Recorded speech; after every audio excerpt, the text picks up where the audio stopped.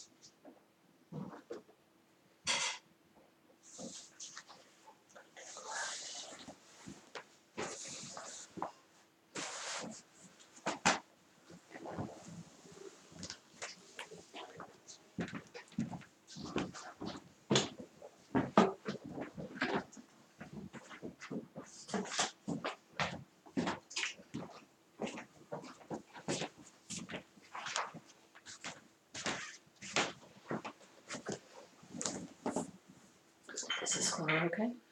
Yeah, and we are online already.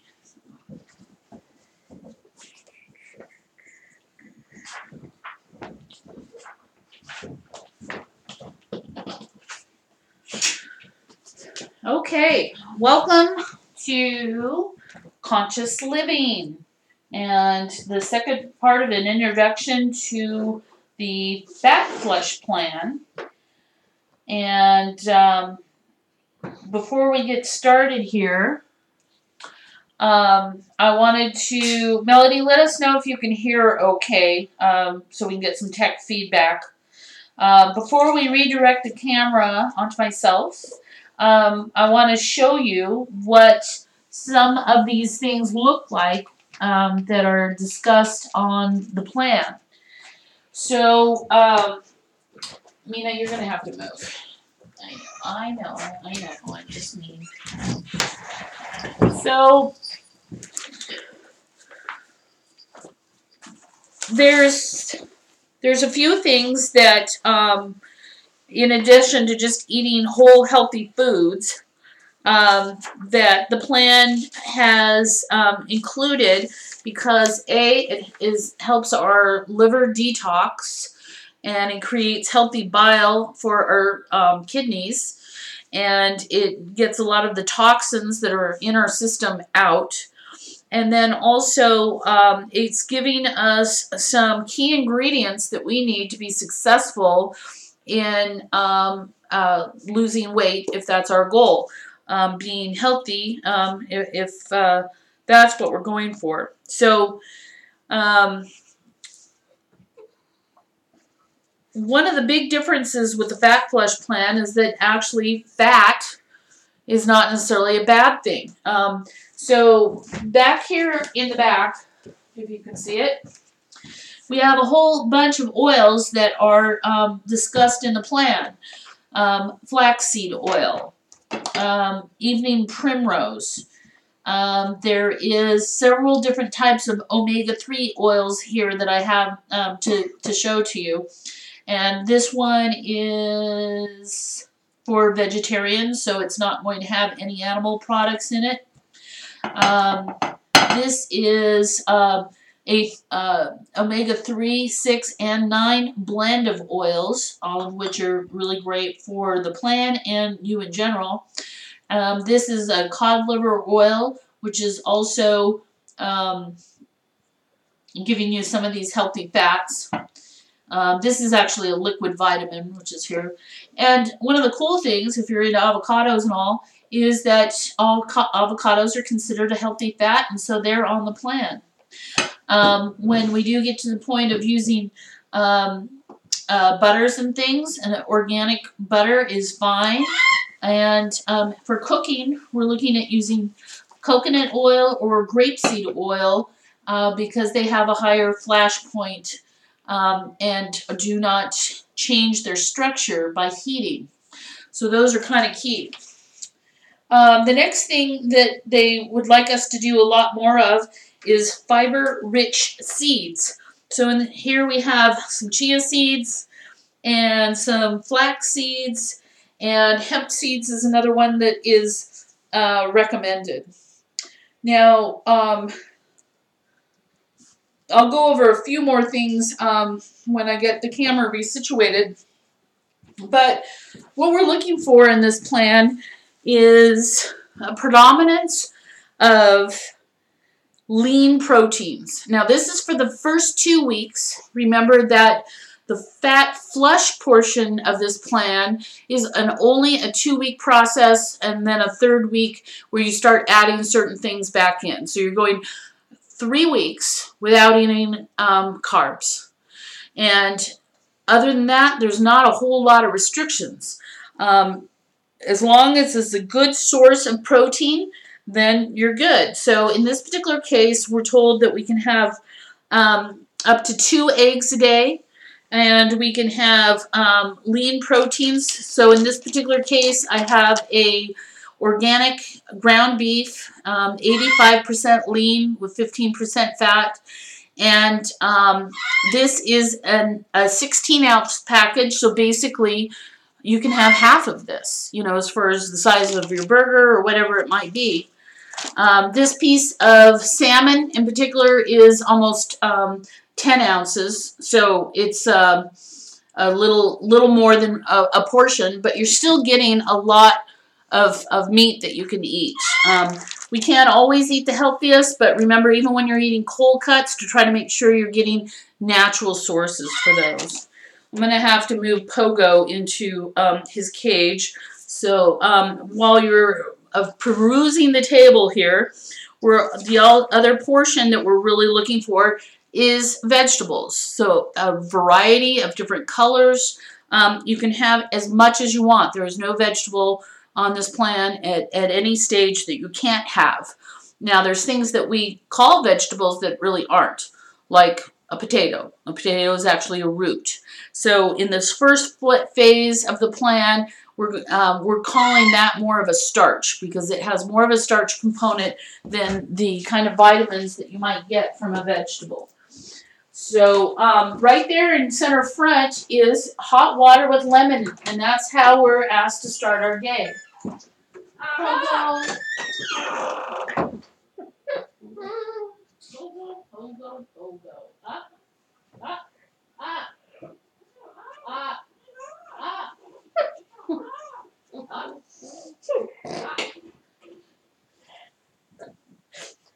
Then the bird It's goes, like, gosh. Sorry. Couldn't resist. I hear you. You're being recorded, you know.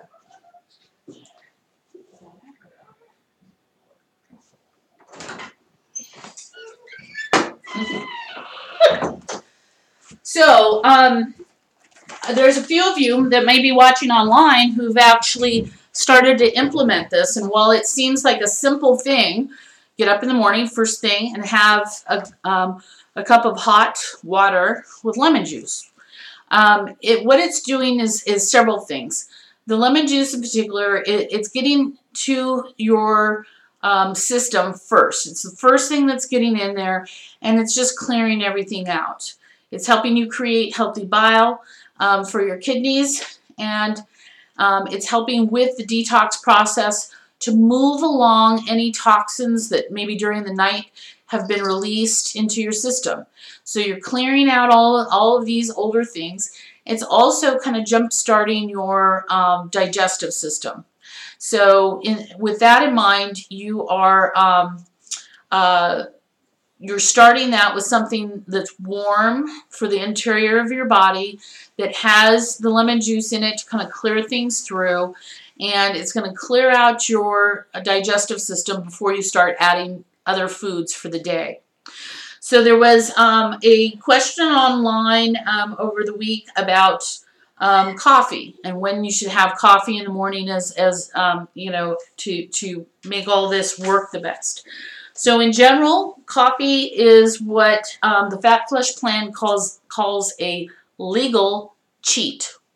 So in other words, in general, you don't want to be doing a lot of stimulants. You don't want to have coffee or high caffeine items because they're artificially pumping up the body to go out and do stuff. It's like being on speed. If you take sugar or caffeine first thing in the morning, your body doesn't even want to eat because you're all pumped up and out there, and at some point you're going to crash, and then you're going to decide you need a sandwich or something. What we need to do is to get protein into the system as early as possible. So have your lemon and water, you know, have a mid-morning snack, but try to create a healthy breakfast. Breakfast is one of the most important meals of the day because that fuel is what's going to keep you from having sugar crashes and losing energy later in the day. So the first phase of the plan does not include dairy products, but when you do start adding dairy products in, you want to make sure that they're organic and whenever possible that they're actually raw. Now here in California, there's a lot of moratoriums on raw dairy products, but as we discussed last time, there's structural changes that happen in the pasteurization and the homogenization process, which makes dairy products unhealthy for you. So when they're raw, when they're organic, when they're grass-fed, all of that changes. So there's always, you know, 2 whole portions of fruit available during the day.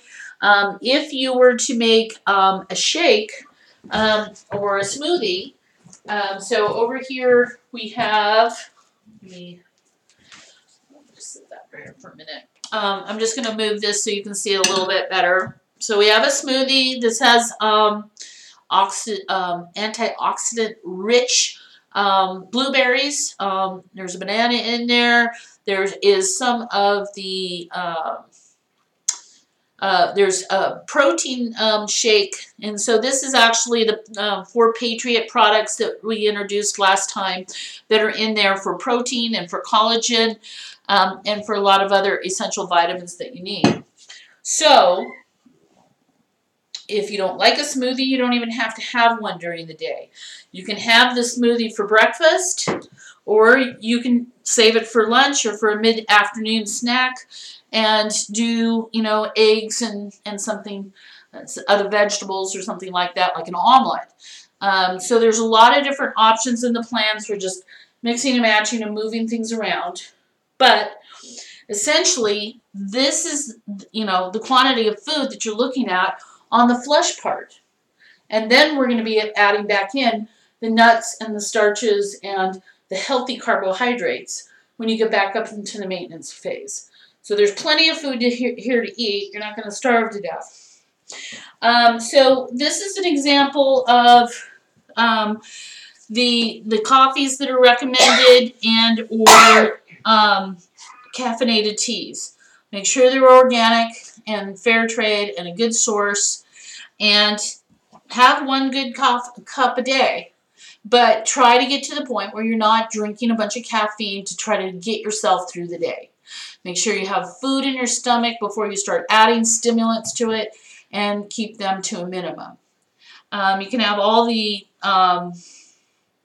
herbal teas that you would like, and some herbal teas in particular, like dandelion, are recommended, where you could do this with your lemon tea in the morning, is to put there's detox teas like dandelion root that are going to help support those same systems that we talked about earlier. Now, one big key, if you're going to sit here, I'm going to sit on you, is the idea of lacing all your water with the cranberry juice. Now, note that this is 100% cranberry juice. This is not Ocean Spray's cranberry cocktail, which does not resemble cranberries at all and has a lot of high fructose corn syrup in it. This is not from a concentrate. I don't see quickly that this is organic, but whenever possible, try to get organic. So this bottle itself could cost you $8 or $9 because it's pure, it doesn't have anything else in it, and it should be organic. But we're only talking about a couple tablespoons for a 32-ounce bottle of water. So this is mostly water, and then with 2 tablespoons of the cranberry in it. I'm actually adding aloe juice to it because that's helping me with the collagen, and that's a particular issue that I have with my body. So the sweeteners that are allowed on this plan are strictly stevia and monk fruit extracts, because they are not carbohydrates, they're actually proteins. And so there is no glycemic index for these products when you introduce them to the body. Now, some people just don't like stevia. It actually tastes a bit like an artificial sweetener to some people, but that's its natural taste when you eat it straight off the plant. So it's just part of the process. And you can get this so that you can actually bake with it 1-to-1, so you can just substitute it for sugar. Now, that said, you'll see over here, I have honey. Actually, honey. So the reason I have included this is small doses of honey are good for actually for a supplement purpose. They're high in it's high in minerals. While it is a simple sugar, and it will affect your blood sugar levels the same way that sugar will, it is in a more natural source, and we're talking about small amounts of it, which are allowed on the maintenance phase of the plan. But the reason that I've actually included them here today is to point out the idea of homeopathics, or using food as medicine. So honey, raw, let's see, it says raw, local raw honey. So I bought a honey that is produced locally, and it's in its raw state, so nothing's been damaged. And a small teaspoon of this daily will help prevent local allergies. So especially when you're traveling and you get to a new area, is to start taking some honey, local honey, and or local bee pollen. So this isn't local from Mount Shasta, it's California bee pollen, and bees get around and pollens get around. So there should be a nice variety of pollens that you would be exposed to in California, and even a 1/4 teaspoon of this a day or a couple times a day if you're concerned about allergies, will help with that process. So because our weather has been so funky lately, our trees and plants are not quite sure what they're supposed to be doing. So we've been having, huge issues with allergens. And the trees and the plants, they just don't know quite what to do. They're like, okay, well, today it's 70 degrees, so let's get ready for spring. And then tomorrow we have 3 feet of slush on top of them. So that's been our world here for the last couple of weeks. Does anybody have any questions about the products or the plan in relationship to what we're seeing here? Yes, ma'am. The bee pollen in the bag. How would you use that? Okay, so in most homeopathics, you want to take like a 1/4 teaspoon of, they're just little pebbles, granules, and you put them under your tongue and in your gum area. Okay. And just let them kind of dissolve, and that's how you're going to do most homeopathics, because that allows it to go more directly into the bloodstream without having to go through the gut and everything. So you don't want to just swallow them. Now that said, both the honey and the bee pollen can be put into your smoothies or all sorts of things, and it's just going to be, awesome. It's got all sorts of great properties. Okay, so holding items closer to the middle of the table when talking about them would make them easier to read. Okay. So unless somebody else needs to see something, I'm going to be looking at redirecting the camera onto myself. And we might come back to some of these things later. You need somebody behind the computer if a question comes in. No, I got it up here where I can see it. All right. So.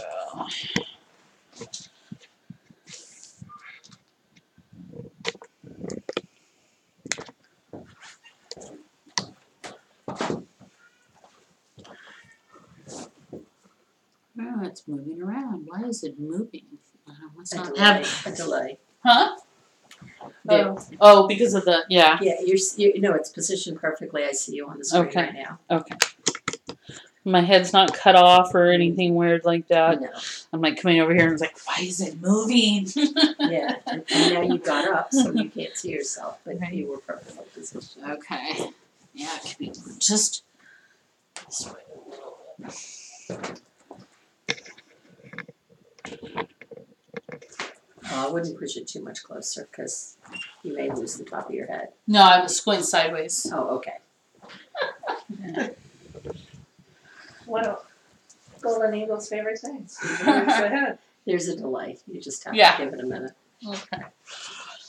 All right. Welcome back. There. How do I look? I think I'm getting cut off a little bit, but when I sit back, we should be groovy, right? Okay. Yeah. Hi, welcome. So, before we get started, I wondered if there's any questions, burning questions. Has anybody received the book, started reading it, wondering, okay, how do I implement this? What are some of your concerns?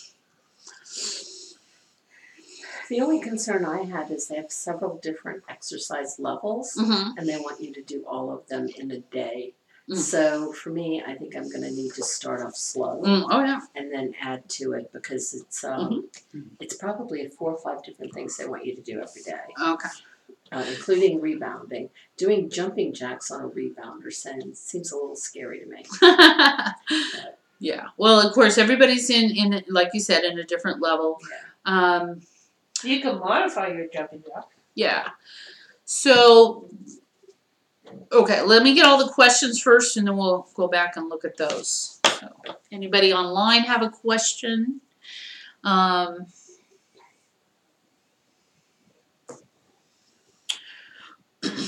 Yvonne? Not yet. Okay. All right, so I'll try to fix this camera a little bit. We're a little bit cockeyed.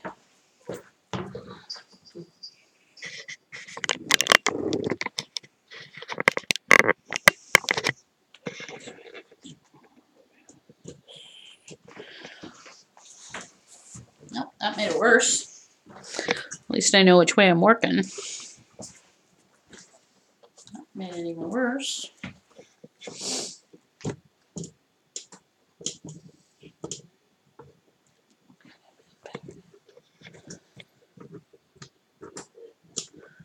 That is so weird. Why it's doing that. Alright.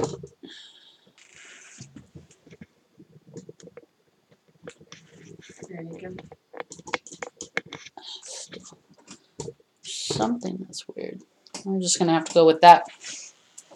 Okay. I look crooked, I am. Twisted. Yeah, it's really off.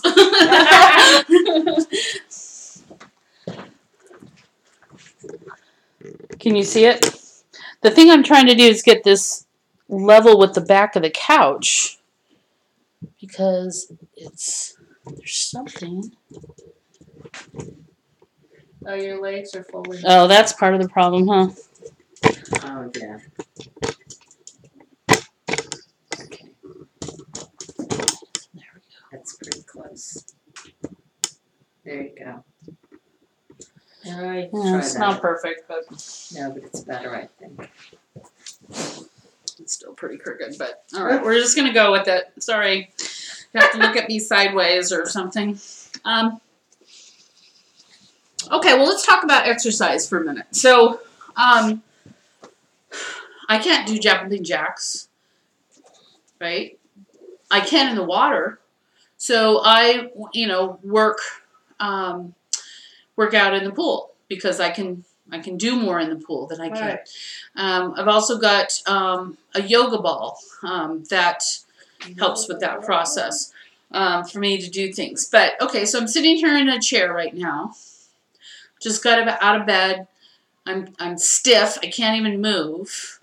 And so some of the things that I might do just to begin with is like take one leg. Okay, got my one leg up here, right?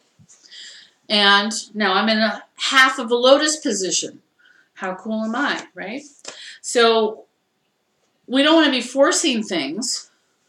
I got my leg up here because I lifted my leg up here, not because I can physically do it. So right now I'm feeling a little tension in my hip, maybe a little bit in my knee. I have some issues going on with my knee, so I don't want to be like cranking on it. But if I just kind of lean into that now with a little bit of pressure, I can feel the stretch happening, down into my thigh, up into my lower back, through my hip and everything. I'm just kind of leaning on that. I'm not forcing it. Okay, and then I let off of it for a minute. And then lean into it again. And you want to do things like 3 times. Don't just do it once. Your body needs to know, okay, I wasn't just trying to bend over and pick up something off the floor, that I'm actually trying to train it to do something that it's not really happy about doing right now. So then, switch legs and kind of, get into a good position. Remember, you're looking at your posture. If I was sitting on the floor actually doing a yoga posture, then I would want to, make sure that I was holding an erect posture aligned with gravity and so forth. And again, just kind of lean into that stretch. Now, on this side, I feel it in some different places because I have some different structural issues, and so everything pulls a little differently. So I might have to lean at a little different angle to lean into where the stiffness is. So in this particular case, I'm just going to go a little lighter this time. But what you'll find is when you release, relax, and then to go do it again, each time you're getting a little bit farther. You're moving a little bit farther. Mm-hmm. So in general, if you're doing that kind of cross-legged thing, where you're bending the knees down, and then doing one where you have your legs out, you're stretching the tendons behind the knee and so forth, and you can flex your feet up and point them, and then move them straight out in front of you. And do the same kind of thing. Maybe bend into it a little bit. Feel that stretch going on in the lower back. So do that 3 times in each of those positions. Now you've just done, for you, who may not be doing anything, you've done a lot more than what you usually do, right? Mm-hmm. So over time, you're going to realize that stretching first thing in the morning, stretching after you've done some kind of exercise, before and after, every single time religiously. It can be two seconds of stretching. Mm-hmm. Is better than no stretching. Back in the day, I used to run. And think about like when you're trying to blow up a balloon and the plastic is all, stiff. It doesn't want to give way. You have to blow harder. Or what do? You stretch it out first. And then when you go to blow it up, it blows up easier. Right. So your muscles are the same way. We need to stretch them out a little bit before we start expecting them to get us through our day.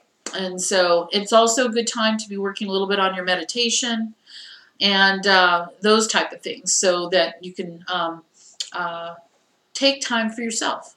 5 minutes for yourself. That's all we're talking about. Okay, I gotta fix this just because it's bugging the crap out of me. You know how much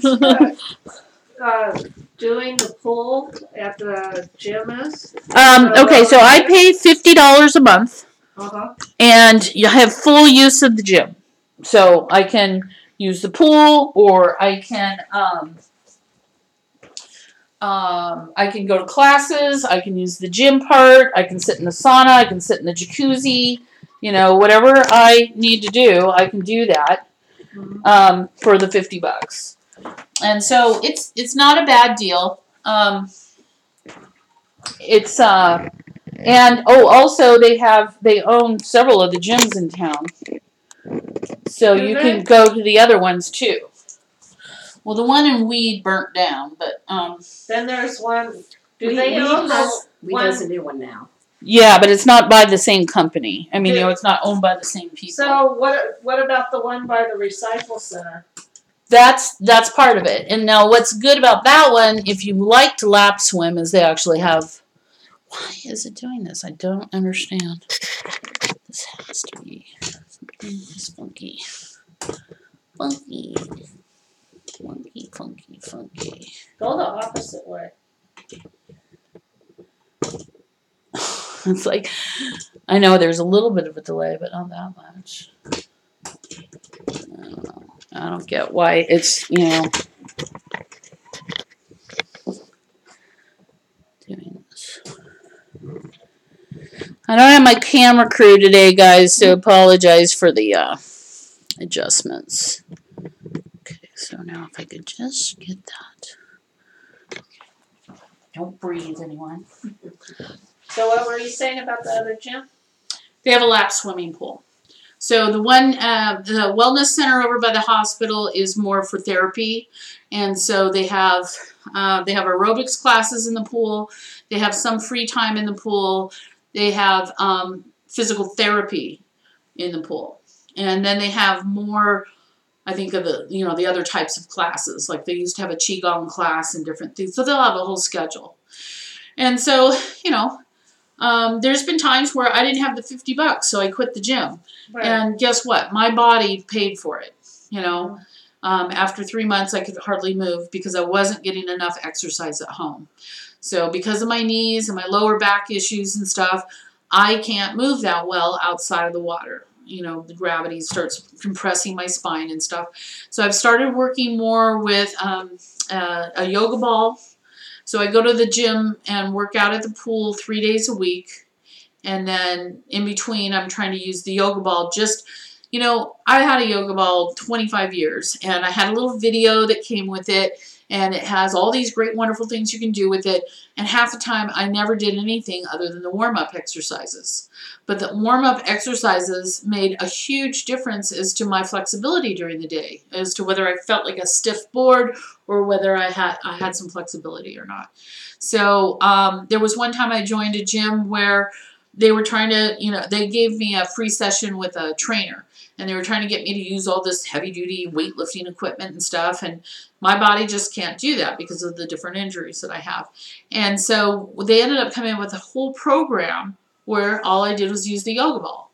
And so even like squats. So right now I'm really trying to build up the strength in my legs to protect my knees and my lower back, so that I don't end up having to have surgery. And so one thing I need to do is squats. Well, that is something I absolutely couldn't do right now. Even if I could squat down, I probably could never get back up again. I have to get on my hands and knees and crawl up, you know. So what you do is you actually put the yoga ball behind you on the wall. And then you're just rolling up and down.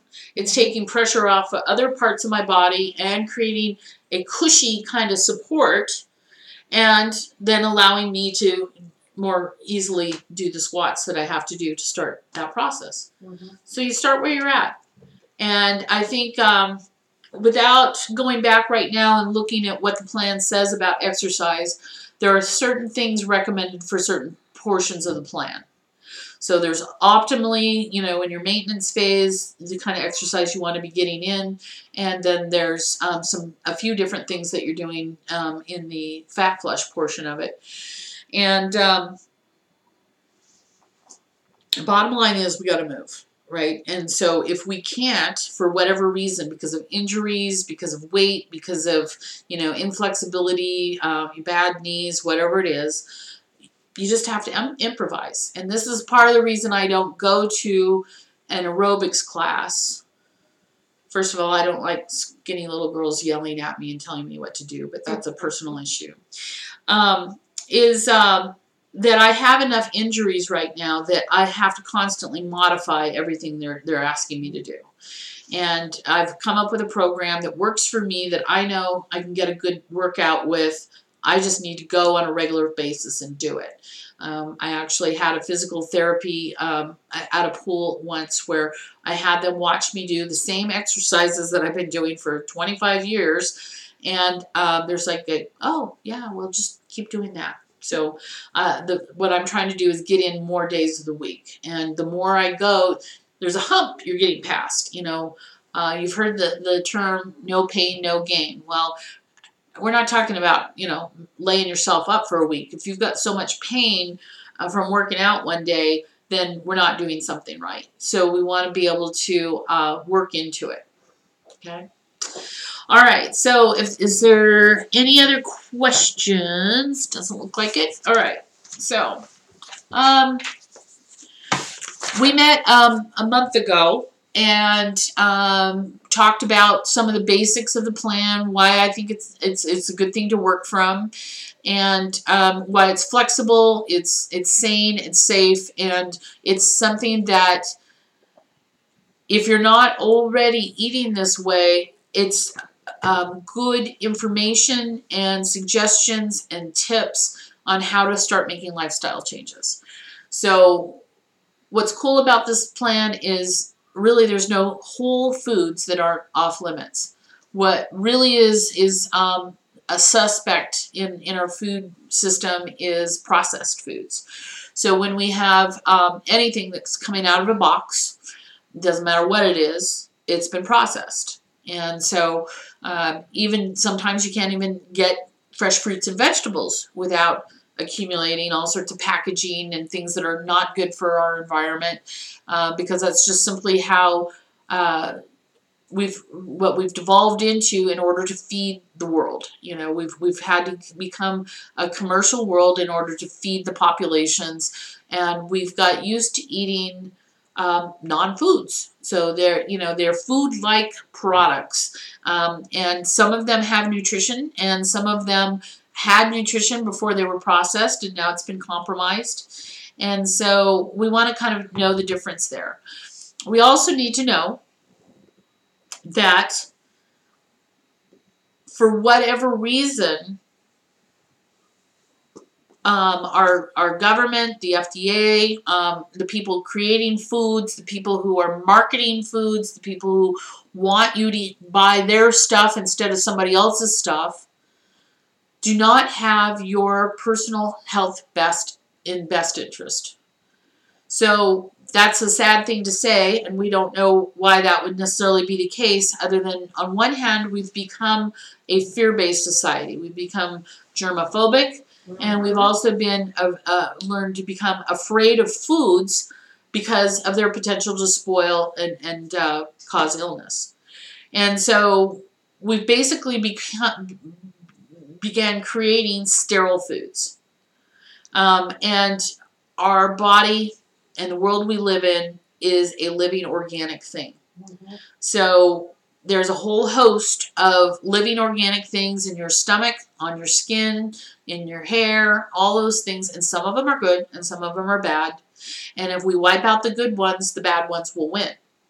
So we have to keep that balance and realize that, you know, as above, so below. You know, when you, I don't know if you've ever done this as a kid, where you picture what it would be like to be a giant looking down at little ants crawling around and things, and those different perspectives. Well, we're also, you know, just the pimple on this great earth that we live on, and it is a living, breathing thing. And the more that we fill it up with toxins and chemicals and, you know, whatever else it is we're trying to do to the earth, the more we hurt ourselves. So with that in mind, I wanted to talk about some of my experiences working with a plan for this last month. So pretty much right after we met last, I was going to go out and start buying the products, and my plan was to do the 3-day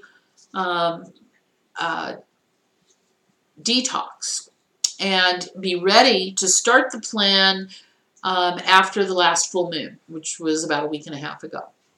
So the reason, for those of you who aren't into these kind of things, about the full moon is the moon directly impacts fluids on this earth. So we see that in the tides of the ocean. You can see the impact that that has. Because we are 75% or more water, we're a big sack of water, we are affected by these lunar cycles. And it's a known fact that people in insane asylums and criminals and so forth go more nuts on a full moon. That's a known fact. It's also a known fact that women will menstruate after a full moon because their body has been holding these fluids and now it has the opportunity to release them. And so in this particular case, if I'm trying to do a detox where I want to release things out of my body, I don't want to be doing that before a full moon when my body's actually trying to hold on to fluids. So keep that in mind. That also, just a little tip for women for your menstrual cycles is to be careful about your salt intake at that time of the month, because it's going to start retaining those fluids that you're now trying to release, and your cramping and things like that can be worse. So with that in mind, right after we did the last broadcast, we had, you know, one of those nasty bugs go around through the house, which we all ended up catching. It wasn't as bad as some of the reports we've heard from other people who caught the same illnesses, who are probably still sick. It all has to do with the healthy immune system.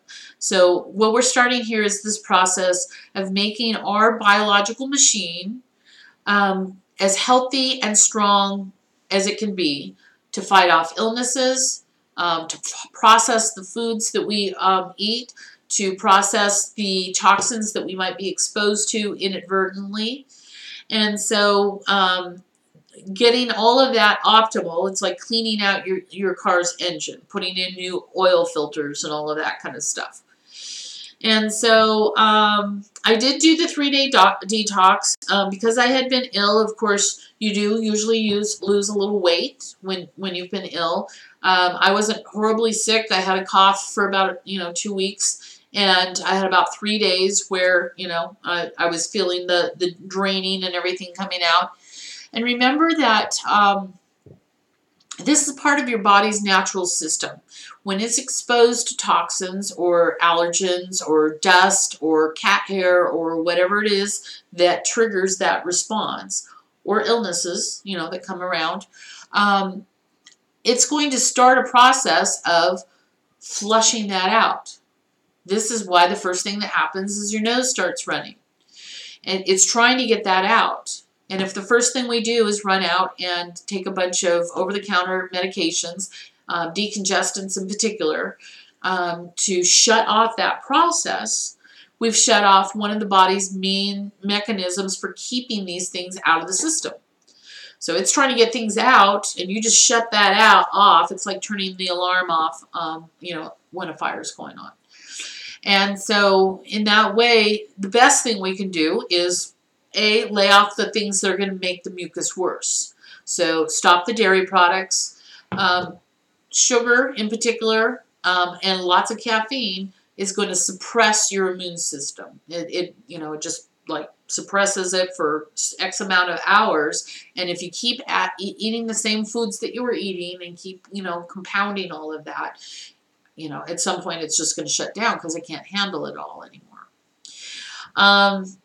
So I probably lost maybe a few pounds during that week, but I wasn't necessarily trying to diet. I had just cut out dairy products, cut out all sugars, and because I've been working up towards being ready to do this plan, I was cutting back on carbohydrates. So breads and pastries, pastas, all of that kind of stuff. But there's going to be ones that are worse than others. Obviously, we just don't eat anything that is made with white flour, white sugar. All right, period. It's in the body, it's no different than just eating sugar. It is not giving you any nutrition. It's not doing anything, for you other than putting sugar into your system. So having a Danish and a donut, they don't count. Those are treats. Think of them as a snack. They're not nutritious. They're not doing anything for your body other than suppressing your immune system.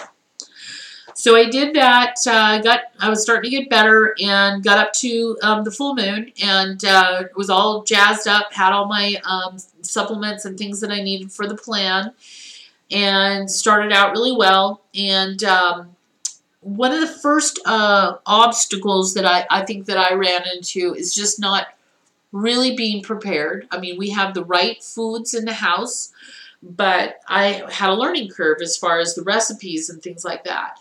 And, I don't usually use recipes, so I'm usually kind of winging it a little bit. And I could easily have thrown in something that was not something I should have during phase 1 of the plan, during this release, this detox phase, this flush.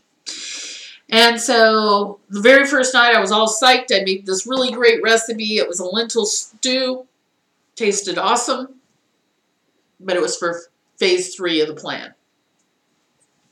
So what I did was I went through my whole cookbook and I highlighted the recipes based off of color so that I could easily know whether it was the right plan or not. Because what they do is they go through like soups, start out with phase 1 and then they end with phase 3 in soups. But then the next section is going to be salads and, the same kind of thing or whatever. So I just highlighted the top of the recipe just so that when I'm in a particular phase of the plan, I don't have to worry about whether I'm in the right thing. So the first couple of days I had a few mishaps like that where I was consuming things that really weren't on the right phase. All right, so that was part of the learning curve. I need to make, it was a little frustrating because I was still at that point cooking for the whole family and cooking for myself. And I think one of our big excuses probably for a lot of us about not eating what we should is just simply because we're alone and it's too much work to cook stuff for ourselves. Mm-hmm. And so one of the things that I'm going to be implementing and well, I think we've done it in the past, so it's been successful, is to have a cooking day once a week where you make the ingredients and cook a few things up and have some of them then and put some of them in the freezer or in some kind of packaging so that it's easy to heat up and use and that you don't have to worry about, I don't know what to eat, so I'm either going to eat something wrong or I'm not going to eat anything at all because I'm afraid to eat anything. So that shouldn't be one of your concerns.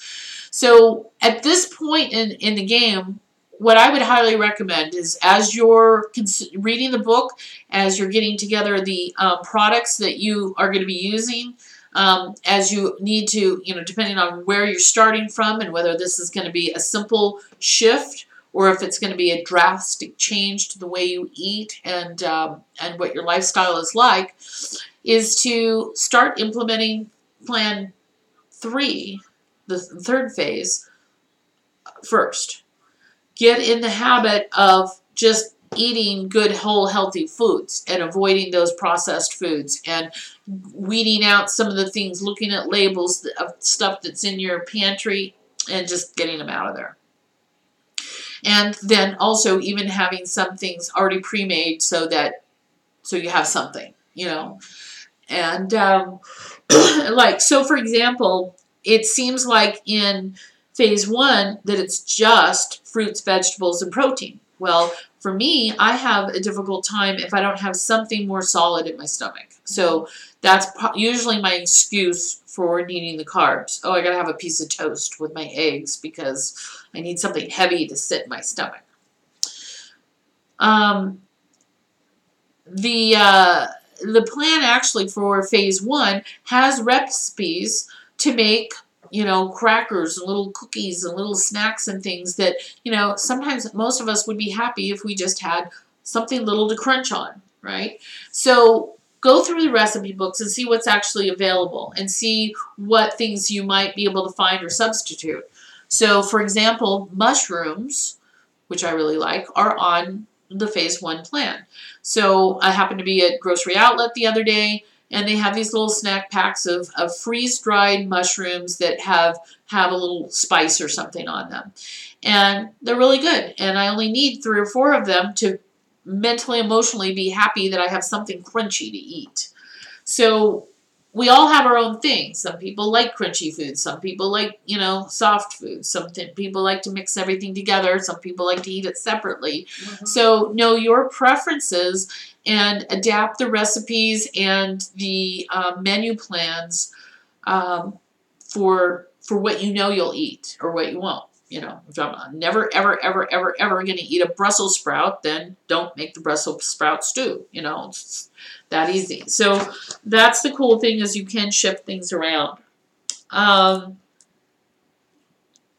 So the other thing I probably would, if I was grading myself on, one of the things we're supposed to be doing, if you remember, we got in the bundle, if you buy the book bundle, you got the cookbook, which is great, has a lot of good information in there, a lot of really good recipes. I've already started trying them, and they are good.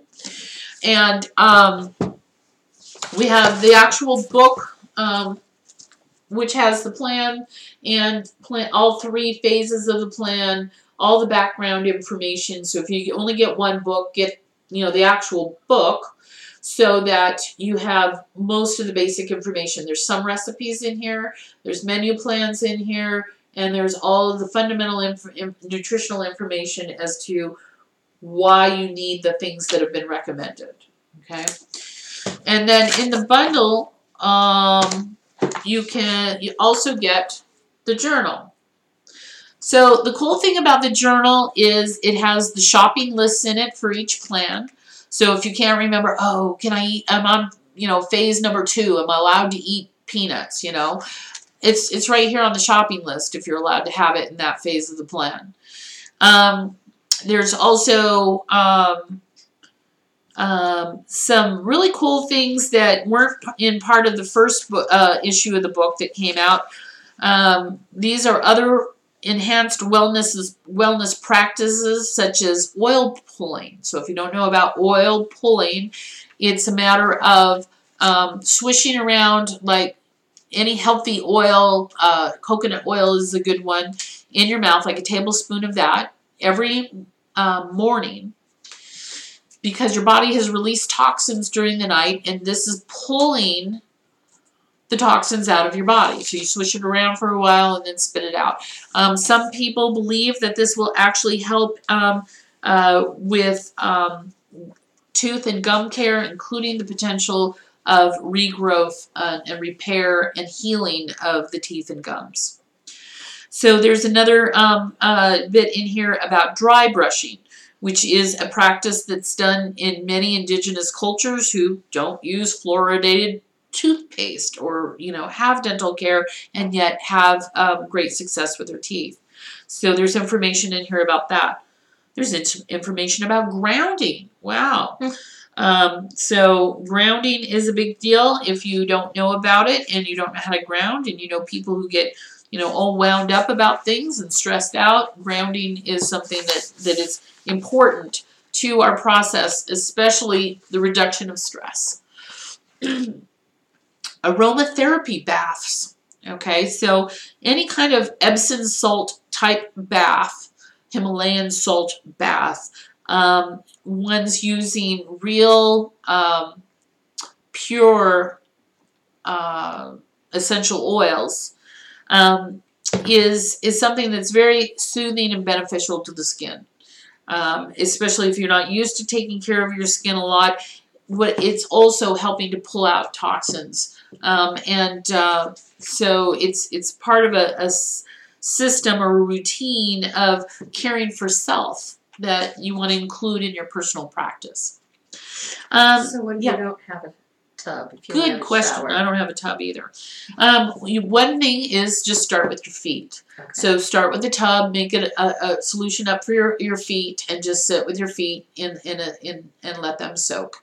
But yeah, there's it's a good question, but there are other options. And whenever possible is to go to places like the mineral springs and things where, again, you're tending to the needs of your body. But, yeah, my next house or this one needs to have some kind of a... Right now, our bathtub that used to be in this 100-year-old house is the watering trough for the horse next door. Now, castor oil packs. There's kind of a whole art to this, and this could be a class or something Dr. Cage could teach for us at some point. But they're therapeutic packs that are put on the body for a variety of different things. In this case, it's talking about stimulating the liver and the gallbladder.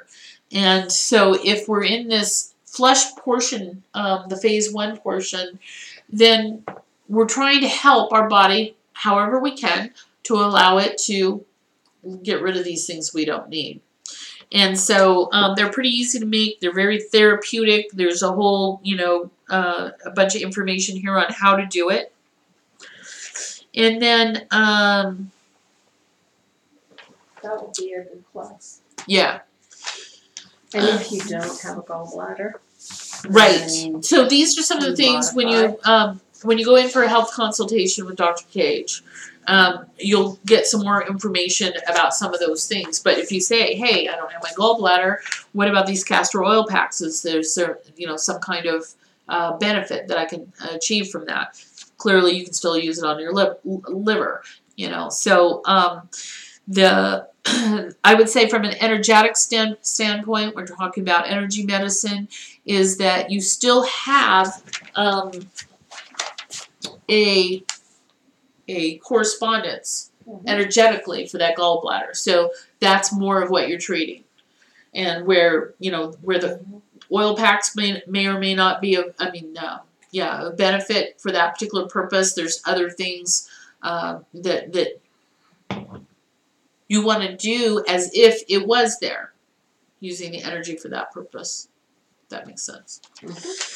So there's selected fat flush super staples. So these are important things that the plan talks about that are doing several things. They're helping with the release of toxins. They're helping with the detox process by clearing the liver and cleaning up the bile so that your kidneys and all can function better. And so one of those that's really big on this list is cranberries. They have important antioxidants and vitamins and organic acids that are necessary for these functions. So cranberries in any form. If you like cranberries, get the dehydrated ones, not the ones from Ocean Spray that have chemicals in them and sugar added to them, but natural ones. My dad stopped the gout by taking cranberry. There you go. Oh, wow. Gout. Yeah. So that's a big one. And and just using them, throwing a few in a salad, throwing some in a smoothie. There's a recipe in the book on how to make your own cranberry juice. If you don't, because like some places like Wisconsin may not be able to get 100% organic cranberry juice. Although I think they grow cranberries back there, so there's probably a good chance. You can also order stuff online. Yeah, ordering things online is kind of what we're getting down to. So the flax seed. So there's a lot of different things that are going on with flax that are great. They're loaded with fiber and they keep the toxins moving out the body. They have, cancer fighting, immune boosting effects, and they're they help with excess estrogen. And they're excellent to just throw easily on top of a salad, into a smoothie. There's many ways to use them. So in addition to actually taking flaxseed oil as a supplement, the plan is recommending eating a lot of flax seeds, as well as chia seeds and hemp seeds and other things that fall into that same category. So chia seeds, they've listed separately. One thing you do need to be careful about, chia seeds in particular have a congealing aspect to them. So I don't throw either flax seeds or chia seeds into my smoothie when I'm blending it up, because it'll come out in this gelatinous mass, which is really gross. And so what I do is I bought a coffee grinder specifically used for herbs. So I just crack all of that up and have the flakes of the that I can either mix in or put on top or whatever. Chia seeds are really so small that you don't really need to break them up, and they will still help congeal things. You just don't want to do it ahead of time, because it will not resemble a smoothie anymore. So dandelion root is another one that's highly recommended. It supports all sorts of functions, especially during the detox phase. And it is something that dandelion root is a common ingredient in some of the medicinal teas for detox. So it's already going to be in there. And that is one tea that you could substitute for just plain water and lemon in the morning, is to do the detox tea with the lemon in the morning. And then you're getting these other things that are helping at the same time. Beets have all sorts of great properties, but especially in this detox and cleansing process. So they can be, fresh and juiced. They can be from a powder, beetroot powder, added to a smoothie, added to soups, added to all sorts of different things. Seaweed is something that the plan recommends. So, of course, you got to be careful, with Fukushima and all of that. We have radiation in our seafoods and things, and it's really important to try to get some good sources and not just buy any old thing you find at the store. Just a huge amount of things that are available to us in different sea vegetables is essentially what we're talking about. So there's Duluth, nori, and kombu, which are a rich source of trace minerals. Remember that it's hard to get minerals unless we eat certain types of foods. And so in the past, our ancestors would have been having a variety of foods seasonally. They may only get these type of things a couple times a year, but it would, minerals stay with us longer than water-soluble vitamins would. And cumin, the spice, it's a Middle Eastern spice, and actually it's used on all continents. And it is a surprising weight loss aid, and also relieves gas and colic and digestive connected headaches. So sometimes when things are backing up in the digestive system, people can suffer from headaches on that. And it does all sorts of really awesome things. So those are just some of the highlighted things that are important to this plan, that they're saying basically what we're doing is we're eating these whole foods, but we're also enriching them with these other nutrients to create nutrient-dense foods. So you may eat a McDonald's Big Mac, and if you substitute all those same ingredients for whole ingredients, so a whole wheat bun and, grass-fed beef and organic lettuce and tomatoes, and special sauce, lettuce, cheese, pickles, onions on sesame seed bun. All of that, if we're doing that naturally, you're going to be satisfied when you're done eating that. Whereas with McDonald's version, you're going to be hungry again, if not immediately afterwards, because your body didn't get any nutrition from that. It got bulk.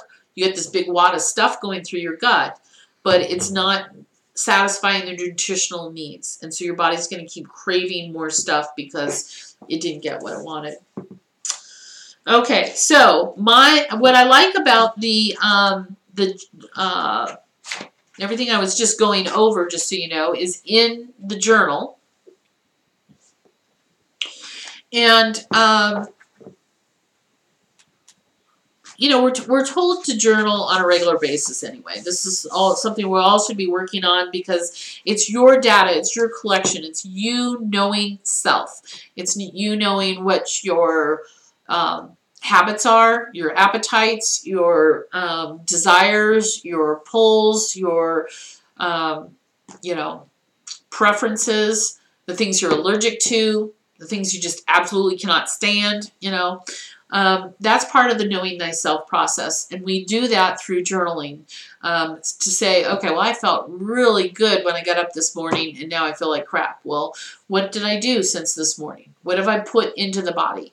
And if we think of ourselves as a high octane, high performance vehicle, we realize that the quality of what we put into our engine needs to improve in most cases. There's another aspect, and the book does touch quite a bit on this, but it's a whole art form in and of itself, is the idea of food combining. There's certain foods that complement each other. There's certain foods in combination with each other that are going to give you gas or heartburn or all sorts of things. These foods separately may not be a problem. It's the combination that's the problem.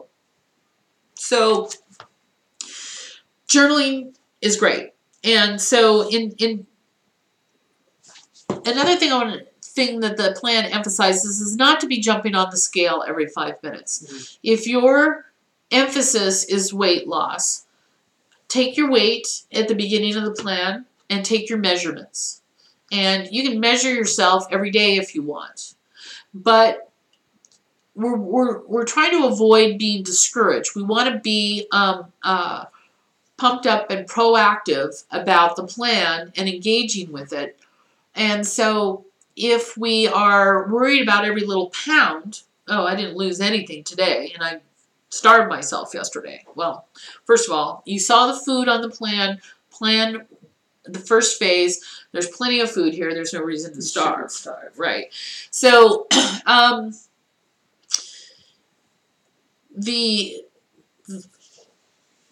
was I going with that? It's very common. First, we're going to lose water weight. Okay, so everybody goes, oh, well, that was just water weight. It's not like it counts. Well, it does count. It's weight. It's water. Your body is retaining water for a reason, right? So by giving it more water, it says, oh, I'm getting plenty of water. I can let go of this other stuff. So there's a lot of mechanisms in the body that are there for its self-protection so that you don't starve to death, so that you don't, get 3 weeks into the wilderness and faint because you can't buy blueberries this time of year or something. It stores things that it thinks it's not going to get anymore.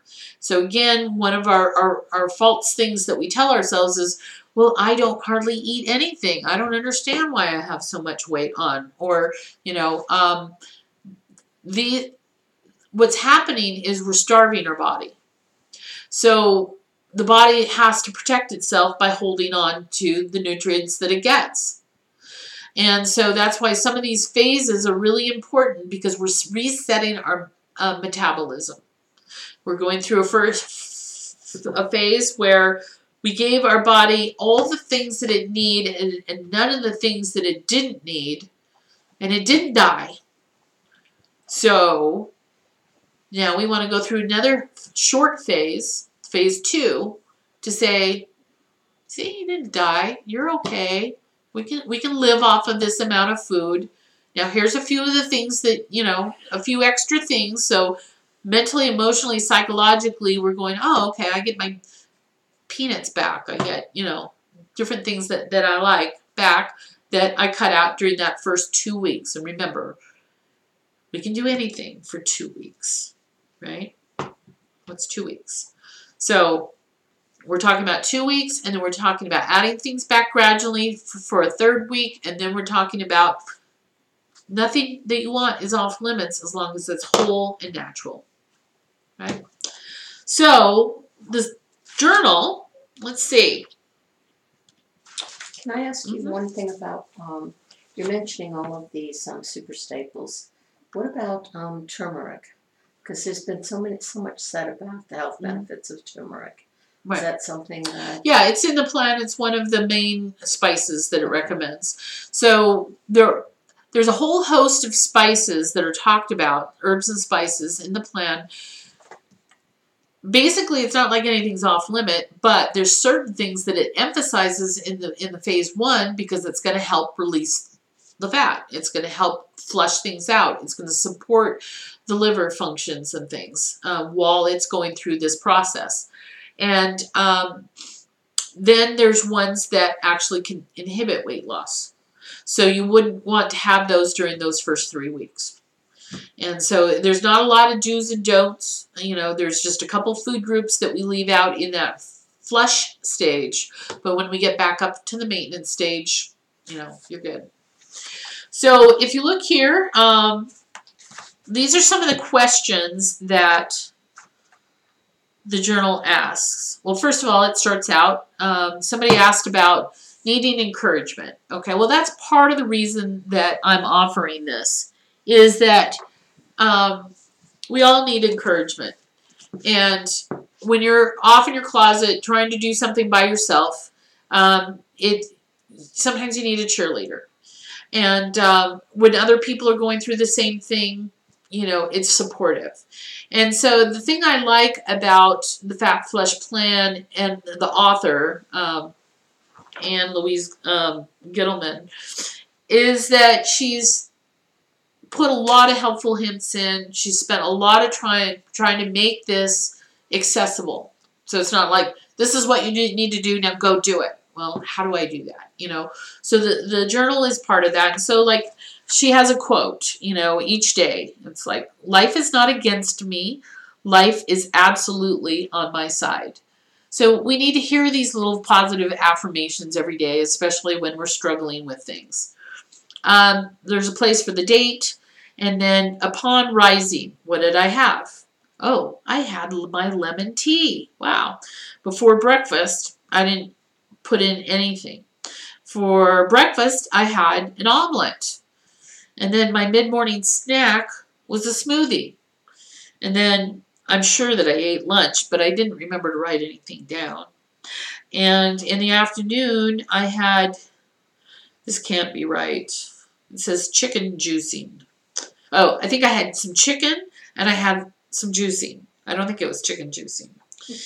And then I have a place where I could have had another snack before dinner, and I chose not to because I didn't feel like I needed it. And then for dinner, this was the day I messed up and had the phase 3 lentil soup and a mushroom burger. A mushroom burger, well, that sounded like fun. I love mushrooms. It was, you took portobello mushrooms and used those instead of a bun and put a burger in between it. So, and then, I'd help if I could read my writing, but I had something mid-evening, some kind of snack and some tea. I'm not laughing at you. Right. I get it. Yeah.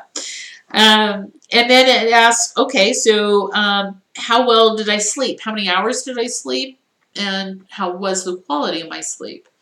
It says, what kind of exercise did I do? How I improved from yesterday. How I feel physically. How I feel mentally. How I overcame a challenge. And so what I wrote there, so, like how I felt physically, I felt achy. And I think this was during those snowstorms and stuff where my body gets kind of achy anyway. How did I feel mentally? I felt kind of foggy that day. And there are some things that are side effects from detox. There's actually what they call detox flu, and we should never get to that point. And she talks about this in the book about how to detox properly and not get the detox flu and such. But remember, if you've got a lot of chemicals or toxins in your body that need to come out, you're going to have experience with that. So one of the things in particular that we start to see is like maybe we break out and pimples or something, or because these things are now trying to come out through the skin. So it's sometimes that's part of the process, and having brain fog sometimes can be that way. Or sweating, right? Yeah, sweating's a really good example of a detox process. So how I overcame a challenge. Basically, I wrote pace myself. I really needed to, I've tried to make working on the plan fun and something I could look forward to rather than, I got to go make myself something, And then it says, what I feel grateful for today, and I said my husband. Aww. That's sweet. So, that was day 1. You're a barbarian. Right. This is day 2. I got half of it filled in.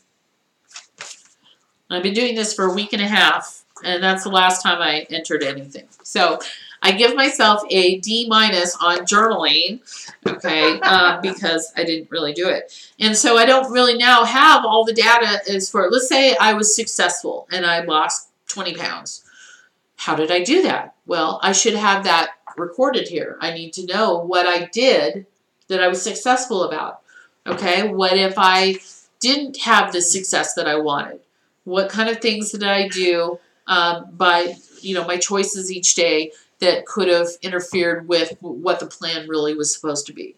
So you have that data there, that research on self, knowing thyself, and some of the things that, those pulls and things that pull you off path. So that was my experience with the journal.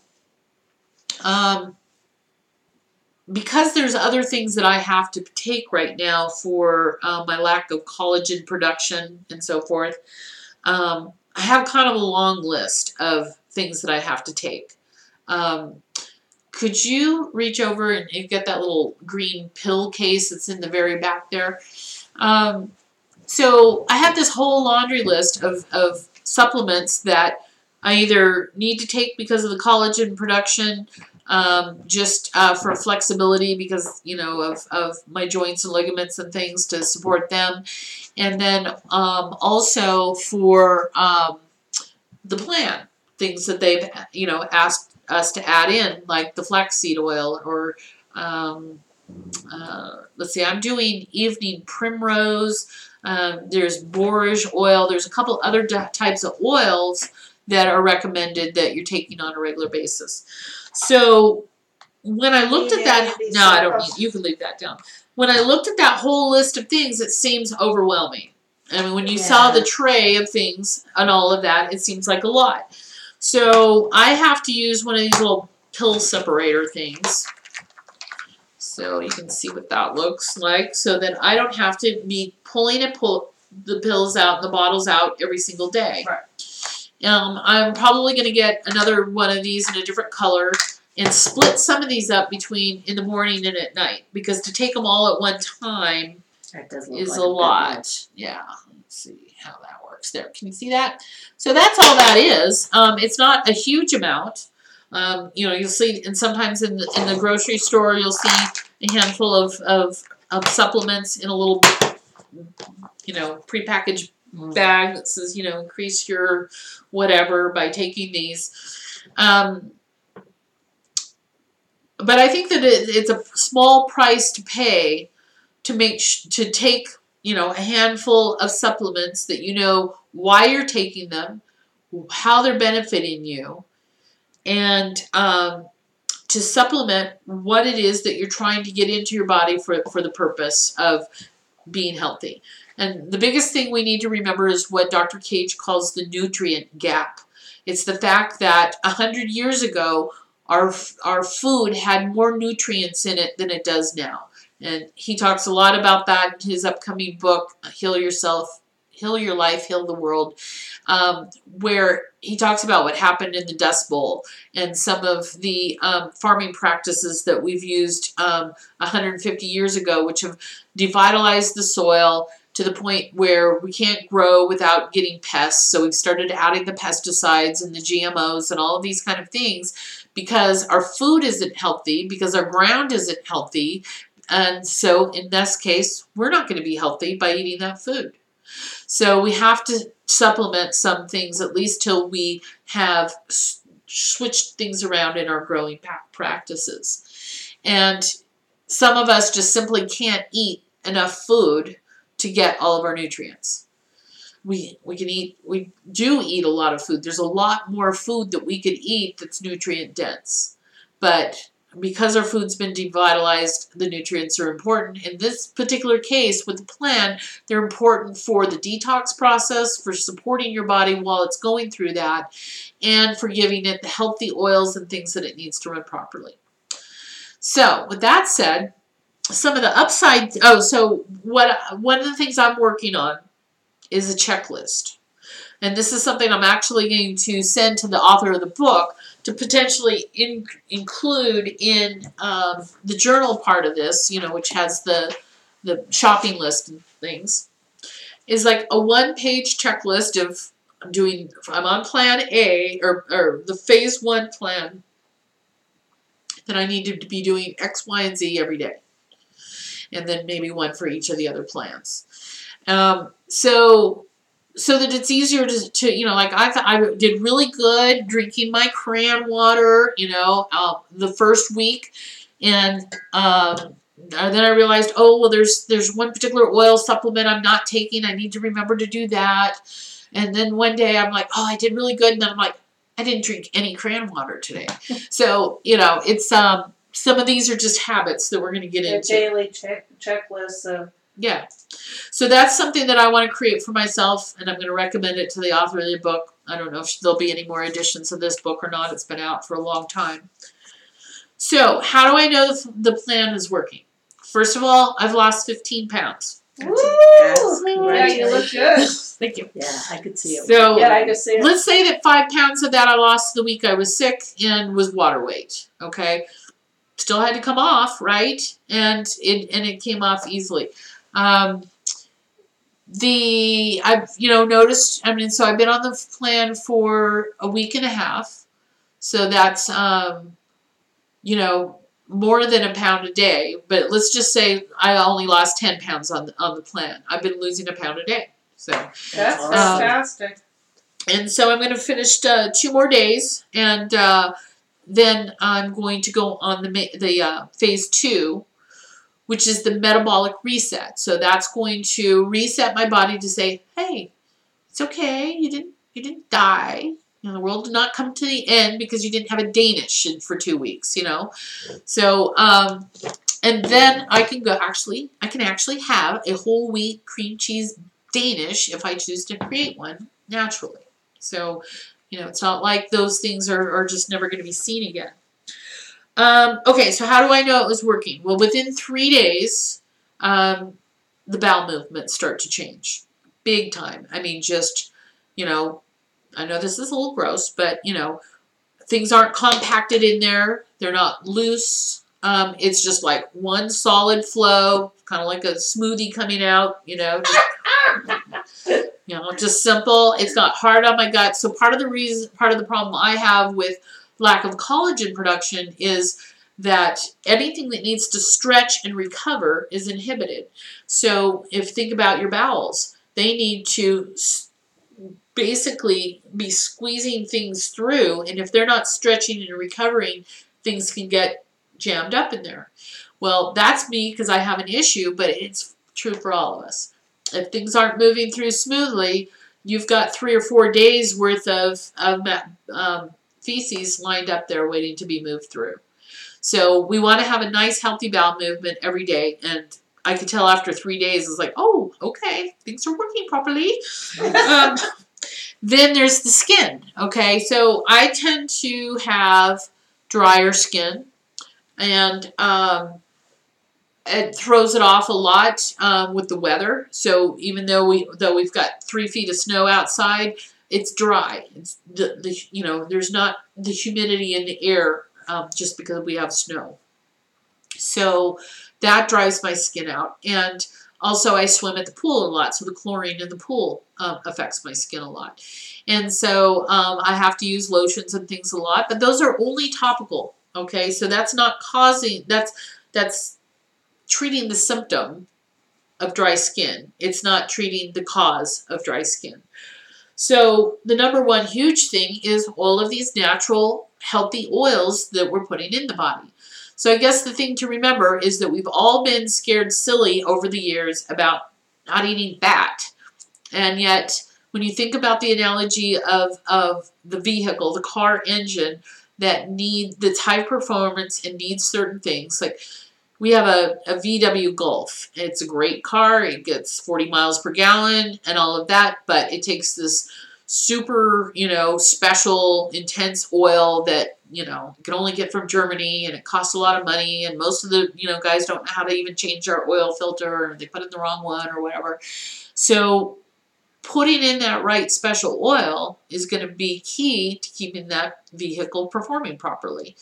And so if a young person learns how to drive and they take the car out for the first couple of months and they remember to put gas in it because they have to go somewhere, if we don't put food in our body, we're not going to go anywhere. But after a while, they need to put oil in the car too. And our bodies need the oils too. We don't need a ton of it, but we need that lubrication. And that's what keeps your skin feeling nice, your hair, your fingernails, all of those kind of things are going to improve noticeably within the first week of adding healthy oils to your diet.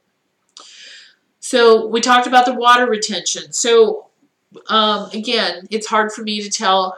Most times people would look at me and say I'm retaining water because my hands look puffy. Part of what I have is a genetic disease, and I have written information about my grandmother who probably had the same disease, about having such nice, white, soft, puffy hands. Well, puffy hands are not in vogue these days. So part of this is my lack of collagen, allowing my skin to retract and be tight on the body, right? So I've seen a noticeable difference in my water retention, how much water my body is holding, and the tightness of my skin.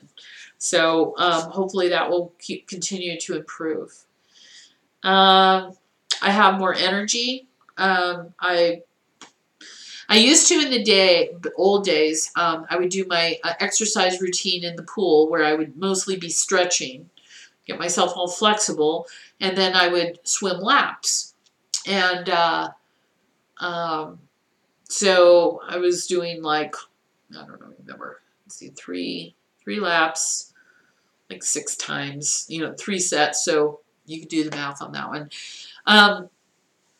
Well, over the last 10 years, I haven't been able to swim the laps. I haven't been able to get, the over-the-head motion without, things in my neck and my shoulders doing weird stuff. And so I have the energy that I've got back up to doing the laps again.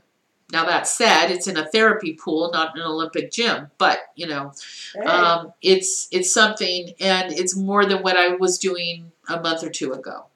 So having the energy to do it, not because I told myself I was going to, but because I did the exercises I normally did and still felt like I haven't had a little energy to do more. Now, that said, if you haven't exercised in a while, and this is all going to be, new to you again, go at it slow, because it's really easy to injure yourself. You will have days when you're going to feel better, and you're going to go out and overdo it, and then you're going to take yourself out of the game for the next 3 weeks. So just decide what you're going to do ahead of time and do it. Don't, keep pushing on beyond that.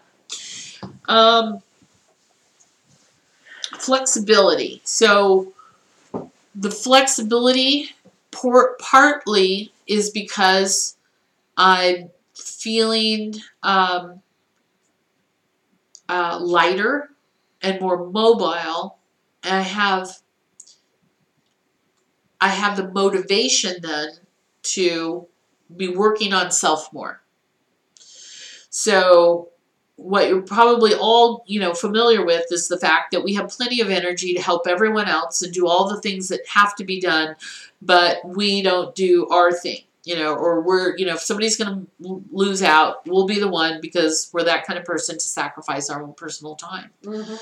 So some of it in the beginning might actually feel a little selfish. I'm taking this time for myself. I got to work out. I'll talk to you in an hour when I'm done doing what I'm doing. So it's important. So that has been my experience with the plan so far this month. Does anybody have any questions or comments about that? I have a question about how to get better sleep. Because I wake up 2 and 3 times a night, and I can't go back to sleep right away. Yeah. So I just lay there. And I'm trying not to do things like, checking email and all that, because I've heard so much about how bad that is for you. So I don't want to take any drugs or anything. Right. Are you using your machine? Sometimes. That's the problem. Not as regularly as I should. So in that particular case, you need to be using your machine because it is affecting your ability to even, focus in an event like this. So the question was about sleep and sleep patterns, and getting yourself in your personal practice is going to take time. If you are used to doing things whenever, for however long you want, or being chained to a particular type of system, and then as soon as you're done at work, coming home and crashing and watching TV and eating pizza and beer, there's going to be a huge curve as you work through this. But let's take it more to Melody's situation. She's got the kids, so if the kids are going to be waking up at all times a day, or not taking a nap, or whatever, pretty soon you become enslaved to the whims of others, or the whims of even your own schedule. And by even loosely trying to put yourself on some type of a schedule, then you're going to shift everything. If you get up early, consistently, every day for a week, I can guarantee you're going to sleep better. Just because you've started your day earlier, so you're going to be more ready for sleep at the end of the day. Now, the question was, should you get up and start working on the internet? No, you shouldn't, because that's going to be distracting you and causing you to stay focused on something else other than trying to get in a better state. We're all supposed to be working on our spiritual practice. So it's a good time to meditate and to pray and to be contemplative. To sit down every night before you go to bed and write out what your schedule is going to be for the next day will eliminate 90% of the thoughts that keep coming up to you in the middle of the night. Oh, I got to do this. I got to do that. Oh, oh, there's this, there's that. So it's those distractions that are of the subconscious mind that are coming up and saying, oh, you're relaxed now. Well, there's this, this, and this, and this that you forgot about. And so, how are you going to sleep? So you get it, just write it down. Once it's written down, the subconscious mind goes, well, you wrote it down, so you darn well better do it. I'm going to bed now, The other thing to keep in mind is that traditionally, before we had, electric lights, people went to bed when it was dark. So, we had a 14-hour power outage the other day, and it started about 3 in the afternoon, and by 5 o'clock it was dark. That was fun, making dinner in the dark, but at least I already had a plan, so at least I knew what I was trying to do in the dark. So then we ate, and we're like, now what? We sat around, told some ghost stories and things for a few minutes, and then everybody went to bed. Well, okay, so if you go to bed at, let's say, 6 o'clock, and you're only going to get 8 hours of sleep, right? So you're going to be awake at 2. So traditionally what would happen is they'd have what was called second sleep. And it was interesting. I went to a conference last year where one of the speakers was, I don't know if she'd written a book, but she came up with a journal that was called 3 a.m. Conversations with God. Mm-hmm. Now, a lot of times we'll all wake up at 3 a.m. with a dream, and we should get up and journal that because something's coming through. We're in a particular REM sleep at that point where things can start coming through. Yeah. What she was suggesting was to actually get up, make yourself a cup of tea or whatever, and meditate. Mm-hmm. And get that direct connection to God at that point. So many, many, many traditions talk about that 3 a.m. hours being a particular time for connection and meditation. Mm-hmm. So have your journal ready.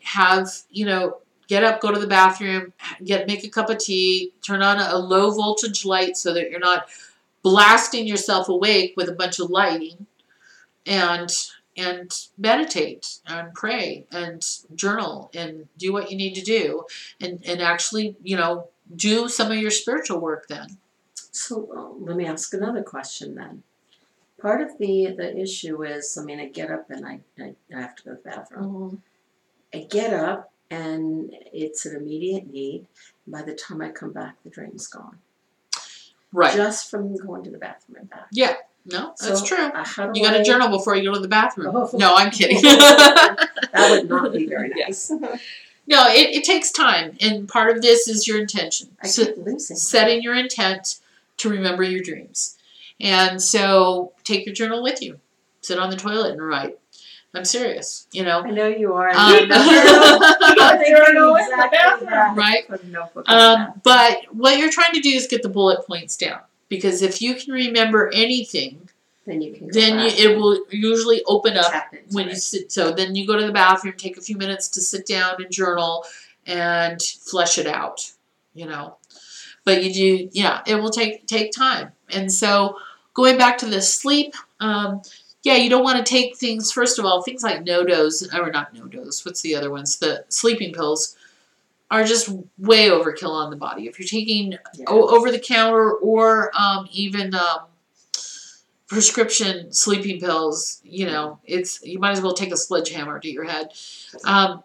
So it will leave you drowsy and affect your whole day afterwards.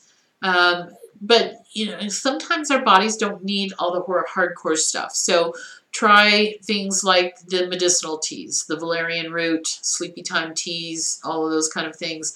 And have that cup of tea, just not a ton of it, just a cup of it while you're journaling the night before. Yeah, and make that a ritual. Yeah. That's your sleepy time ritual. Yeah. I don't even drink water before I go to bed because then it's going to be you're going to have to get up even more. And what I'm listening to is like on internet, YouTube, like internet or Delta music, like for 8 hours. And it's really nice. I'm enjoying that. I use the Ocado when I get in bed. Yeah. Doing the relaxation techniques, stretching, all of those little rituals. And again, they don't have to be a big deal. It can be 5 minutes of stretching, journaling your thoughts, having, a plan for the next day. The more that you do that proactively, the less your subconscious is going to have to break through and say, oh, did you forget about that? And so it's pampering thyself, it's knowing thyself, it's having a personal practice, and treating yourself well, including the foods and everything that you put into yourself. So the schedule, all right, we're not talking about setting an alarm and being up at 5 a.m. I don't know if Sarah's on today or not, but and Lonnie, I don't know if you're on either, but they both have to work. So they're getting up at hours that none of us want to even think about. So they've actually shifted their schedule. I think Lonnie gets up really early and walks on her treadmill and stuff at like 4 or 5 a.m. And then, she's got little kids. That's her only time to really have time to herself. So some people are okay with doing that. But whatever you do, you got to offset your schedule. So if you're getting up early, then you don't want to be up till midnight the night before, right? So if you're getting up a little later, like for example, Dr. Cage gets up at 5:30 because he's a morning person. And he'll do a lot of his personal practice. He'll, do some writing, he'll do a lot of things. And by 7, and 7's early for some people, I try to be awake. That doesn't mean I'm dressed. It doesn't mean I'm functional. It doesn't mean I'm throwing myself out the door. But I actually don't mind being up earlier if I can then do my personal practice. If I can journal and meditate and stretch and drink my tea or whatever it's going to be. So it's really a matter of utilizing our time better. And when we're trying to sleep, shouldn't be when our subconscious is trying to remind us of all the things that we forgot to do. And mostly, probably, because you're not using your machine all the time, you're stopping breathing when you wake up. Perhaps. Yeah. Yeah. I know that happens to me, because I've been diagnosed with the sleep apnea before. I saw what the options were, and I said I wasn't going to go there. I do know that when I take 20 pounds off, I don't have sleep apnea. So part of it, that's another motivation for me. And I don't snore like I do when I have the extra weight on. So those are all things that will improve as things go along.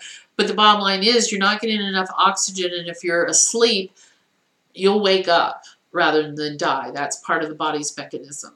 And so that could be part of what's going on.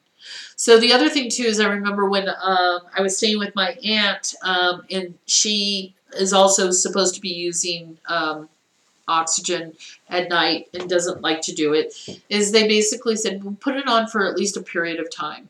That time when you're supposed to be in the deep sleep. So it's usually when you first go to bed until you're waking up at 2 or 3 in the morning, which everybody does anyway. So if you were sleeping from 10 until 2, you've at least got, 4 to 6 good hours of sleep in there.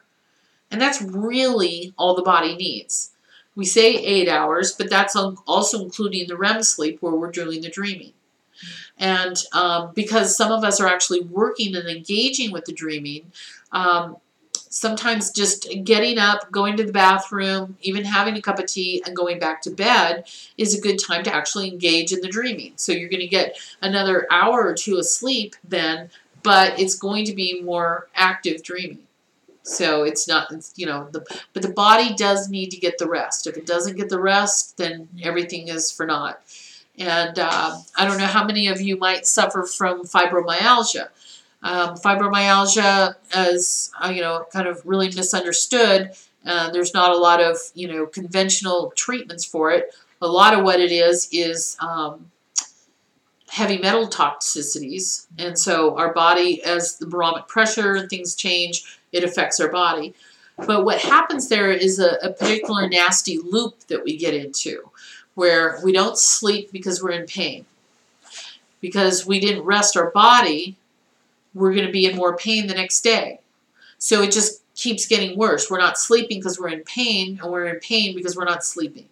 And so sometimes it's important to intervene in that loop to force yourself to get the sleep, to really get the rest, not for your mental state, which most of us think of sleeping. If we're tired, we think of our mental state. But it's actually when the body does all of its work. The mind is shut down at night, but the body's doing its cleansing and detoxing and repairs and all of that kind of stuff. So it's busy. And if it never gets a chance to do that, then it's inhibiting your whole self-maintenance program. So, was there any other questions before I move into a different topic?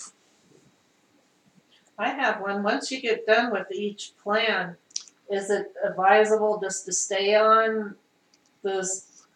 Plan 3 is a life plan. It's a lifestyle plan. Okay. So it's basically, Plan 3 is any food that you want to eat in balanced quantities. So in other words, we're and food, okay, sugar cane is a raw food.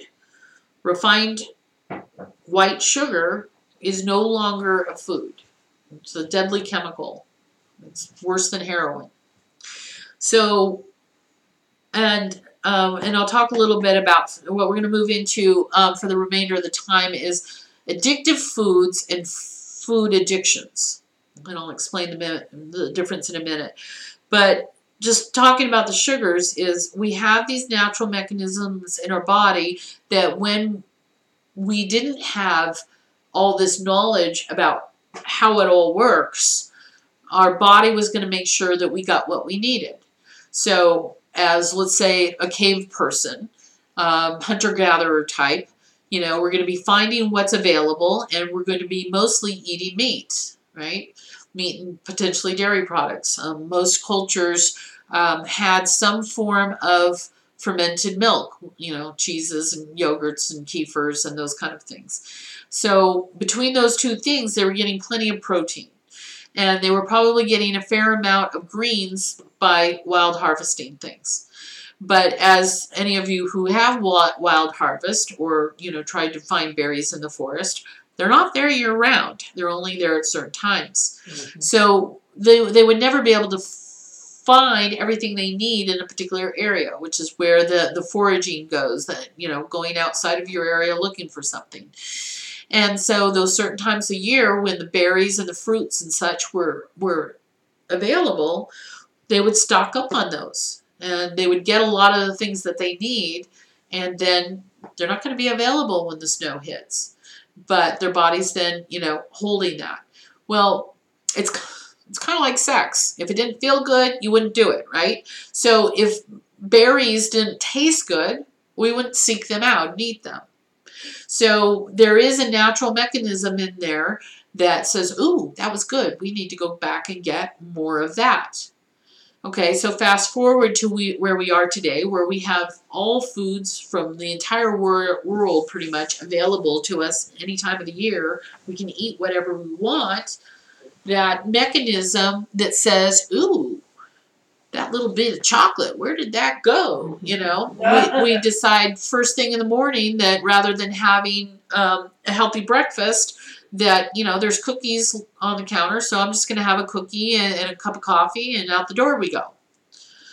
Okay, well, the cookie, seriously, at best, is soaking up the coffee, right? That's going to eat a hole in your stomach because you didn't have any other food to sop it up with.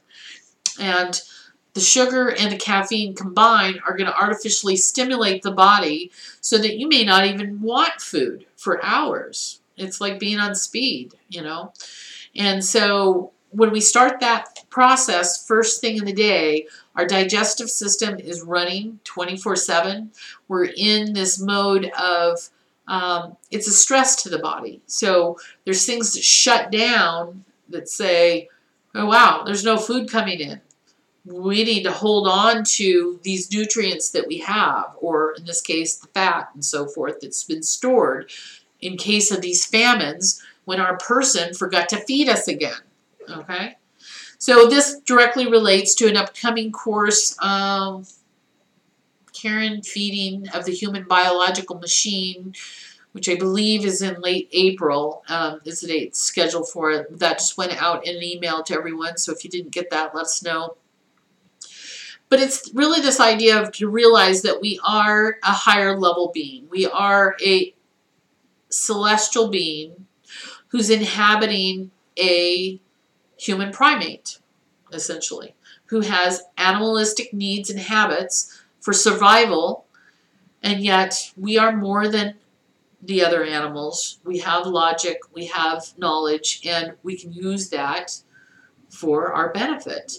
And so if we don't monitor ourselves the way we would a child or a pet, most animals in the wild will not just come up and eat your birthday cake off the, picnic table.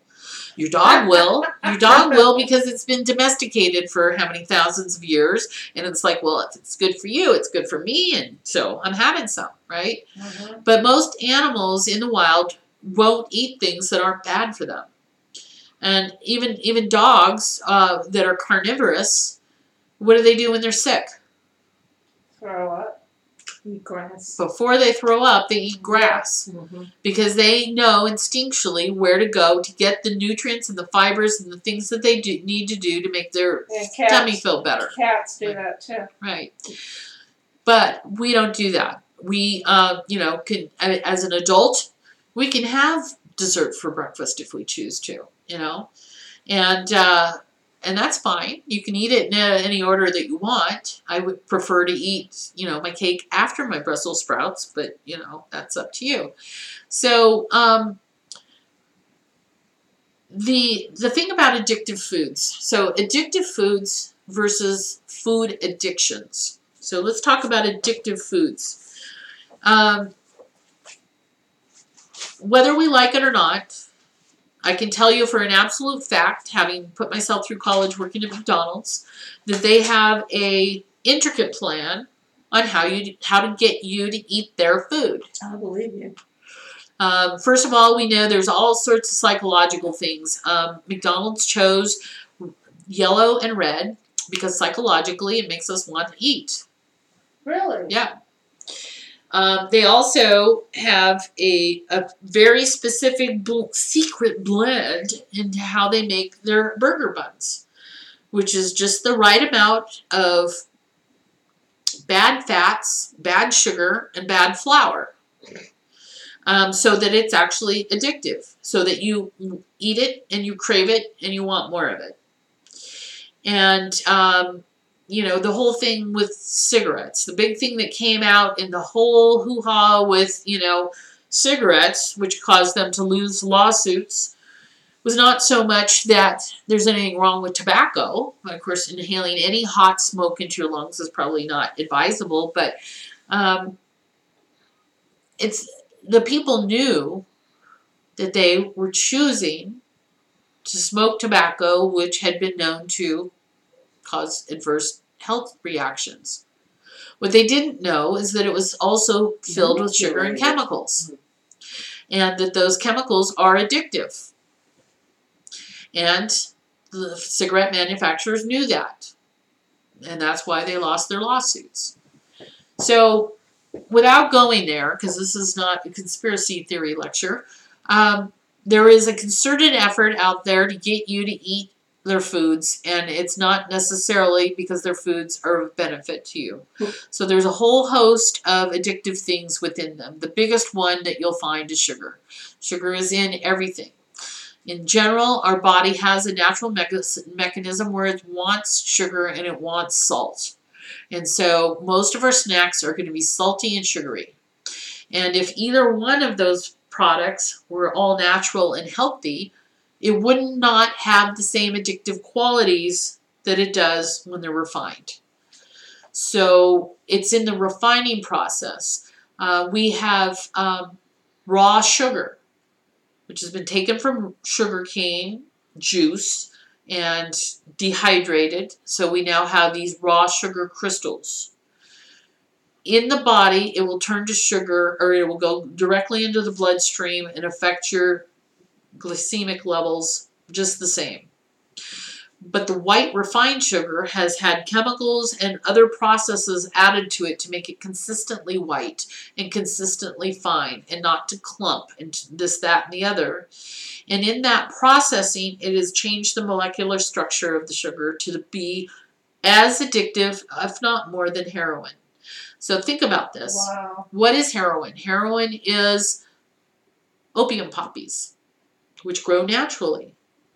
And you can smoke opium poppies and probably get high off of them. But when it's refined, it becomes heroin, which is one of the most addictive drugs we have. So it's in the refining process that is the problem. So almost, refining. yeah. So anything you can't pronounce, anything that looks like it should be pretty standard, dehydrated potatoes. So a package of instant potatoes. Not highly recommended, but okay. There should be potatoes in there. You would think. Maybe a little salt. Maybe a little dehydrated butter if you want to get fancy. But that's it. Next time you have a chance, start looking at the labels, because you're going to see a paragraph worth of stuff that you can't even pronounce. So my rule of thumb is, if it's over a paragraph long and if you can't pronounce it, don't eat it. So do know that some of this is not your fault, because you have been sold a bunch of BS. We don't know what to believe. It's like the fake news, this diet's better than this one, or this one's, left out that, and, this one is, going to do this, and you don't know what to believe. You don't know what to think anymore. So the only thing you can do is start being responsible for your own health, and to make educated decisions, and to read the label and know what you're putting in your mouth. Now, this is difficult when you go out to eat. You have no clue. You could order what you think is the most healthy thing on the menu, and it could just be loaded with stuff. Like salad, say. Yeah. I mean, at McDonald's or Oh, yeah. Salad at McDonald's, you'd be better with a Big Mac. It's probably got so many pesticides and everything on it. I mean, think about the convenience factor, and this is the big thing that has kind of messed us up in society, is we want it, and we want it now. And do you remember what the slogan for I can't remember. I think it was Burger King. Do you remember what Burger King? Where's the beef is Wendy's. Yeah, no, Burger King, I think, came out with "Have it your way." Yeah, that's right. Okay, well, why is that a big deal? Well, because McDonald's was already pre-making stuff. They made the burgers, they set it in a bin. If nobody bought them in 10 minutes, then they get thrown out. There's a big waste factor there, but it was hot, and it was ready now. And that's what most people want. Mm-hmm. So, and then there was always this big deal about if you wanted to special order something. Well, you had to wait for 12 years to get it because they were special ordering it. Well, at Burger King, then it was like, oh, no, you can have it any way you want, because we're going to make it fresh for you right now. It's going to take 5 minutes longer, but we're going to make it to order. Okay, so you can see just the ploys there, how they're using each other against each other to say ours is better than yours. And basically, there's no difference. One sat in a bin for 10 minutes and one didn't. So just know that the salt and the sugar are key ingredients that you're going to find added to things that you never ever thought they would be there. Now, sugar is used as a preserving agent as well. But something like spaghetti sauce. If you're making spaghetti sauce at home, are you going to put a half a cup of sugar in it? Of course not. Right. Well, look on the label of your spaghetti sauce next time. And also realize that by law, they're supposed to put the ingredients in order of the quantity that's in there. So if it's the bulk of it, you would think would be tomatoes. Tomatoes should be the first thing. Well, why do you think they're adding the sugar to the spaghetti sauce? To make it sweet. To addict you. Yeah. Okay. Oh. We'll try not to go there with trying to addict you. That falls into conspiracy, and we're not going there today. But it's because they're crappy tomatoes that aren't sweet. Right. Right? So the quality of the food is such. So when you see corn with sugar added to it, you're getting old starchy corn that they've added sugar to so that you're going to eat it because it needs to taste sweeter. Right. Right? So you're not going to find that when you start buying the more organic products and stuff. Not always. I mean, organic does not mean it's it doesn't GMO. because it shouldn't be, but because of if it's organic, you would hope that somebody cared a little bit more about the quality of your food. What you got to realize is there's a whole host of organic and gluten-free products out there who are jumping on the bandwagon because that's what everybody wants. Right. Gluten-free in particular. If you're buying Pillsbury gluten-free brownie mix, you're simply getting brownie mix that doesn't have any gluten in it. It doesn't mean it's healthier.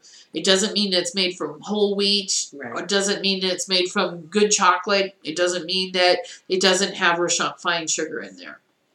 So look at your sources of where you're getting things from. Know what's in it, why it's in there, and question it.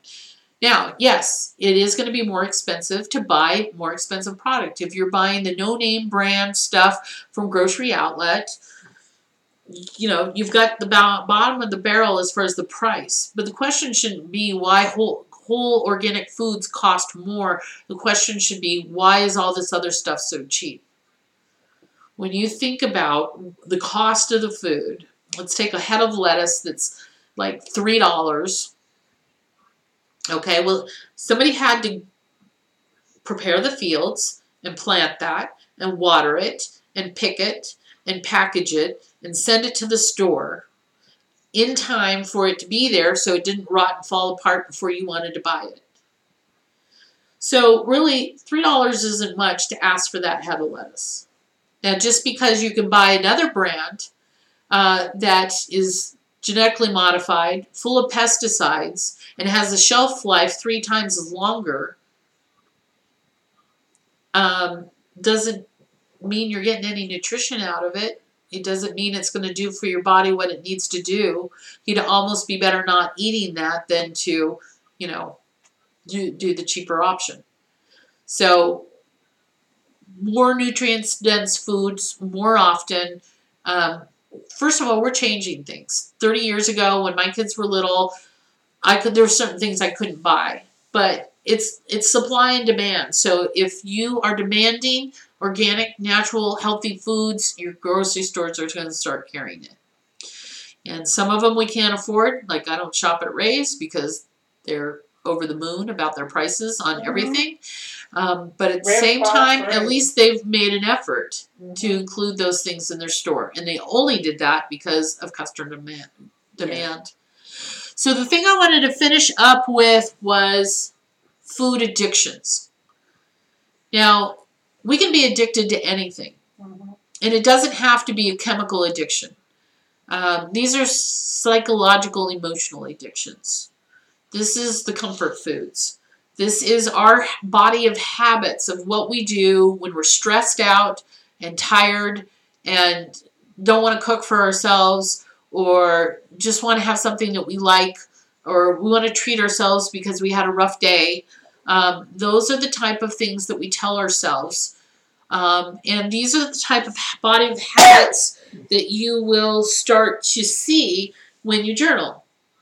So I've done really good for a week and a half. Last night I ate 2 things, probably not the right combination of things. They were probably not horrible as far as the plan's concerned, but the way that I ate them at the time that I ate them caused me to have a tummy ache. And so I just realized I hadn't had a stomach ache in 3 weeks. And I have stomach aches as part of the conditions of this Ehlers-Danlos condition that I have. And so if things aren't flowing and moving through the body well, then I can have problems. If I'm sitting too long, standing too long, whatever. So it wasn't until I had the stomach ache that I realized I hadn't had a stomach ache. Wow. From eating better. Wow. And so that's when I realized that a lot of it has to do with food combining. I think I don't know if I mentioned it online, but I know I mentioned this to some of you, that in the past, when I would have these stomach aches, because I didn't know what was going on and I had no idea about the Ehlers-Danlos syndrome and such, is that my comfort food was cold cereal. Well, since that time, I've had a food sensitivity test that says that cow's milk is not the best thing for me. I wasn't horribly allergic to it, off the charts, and a lot of it probably had more to do with pasteurized, homogenized milks that I would have been eating in the past. So like when we had our goat farm, I didn't have problems with the goat milk or the goat products the same way that I do with the dairy products. But psychologically, in my mind, my tummy didn't feel good, so I wanted to fill it with something Right. that was heavy. Okay, so now think about this. Your stomach is warm for a reason. It's full of acid for a reason. It's meant to be taking the food that comes down and breaking it up and, turning it into other stuff. And this is part of the problem with drinking alkali waters for people who are all about the alkali diets. Your stomach needs to be acidic. It needs to break things down. So to drink alkali water, or in this case, milk is more of an alkali substance. I'm filling it with cold alkaline substances, which is basically putting out the stomach fire. When we look at this in Oriental medicine, they talk about the triple burner and this idea that your stomach is like a pot that's sitting on top of a burner, and if you extinguish that burner, the food's not going to process properly. So with that in mind, and then, I was probably always buying some good organic cereal, but in general, what is cereal? It's a bunch of stuff mashed up, squirted through a tube, and made into a cute little shape so that we'll eat it, right? Right? Am I right? Yes. Okay. Filled with sugars and flavors and other things to try to get us to eat it. So. And cute pictures on the box. Right. Marshmallows and all that. So, it was funny. One of my little cousins the other day had a thing out, and she's like, I don't even remember the name of the other company, but she's like, I know this is the unpopular statement, but I actually like this brand of cereal better than Lucky Charms. Who's with me on this? And everybody's raising their hand, and I'm like, well, this is probably the more unpopular position, but why are you eating Lucky Charms? And so it's it's a lifestyle choice. There's things that we love. There's things that make us feel like a little kid again. There's things that take us home and have good, fond memories. There's also things that we do habitually that, like, I'm pissed off at you, so I'm going to go eat a donut there. Hell with you. Or ice cream. Right. I've done it. I had a really hard day, and I deserve to treat myself. Or, right. That one cookie wasn't enough. I need 8 more, So having treats is not a bad thing. There's all sorts of treat recipes in the Fat Flush Plans cookbook, but they're not using refined sugar. They're not using refined flour, and they're more nutrient dense, so they're actually a food substance rather than just empty calories. And it's the proportions. It's the fact that when you've already been eating all of this food that we looked at and talked about on the on the phase 1 of the diet, which is to be releasing stuff, to be able to have this much food and still have something that's a treat at the end of the day, you don't need more than a few bites of something. And that's the biggest thing that you'll probably see change is just your desire to have these things.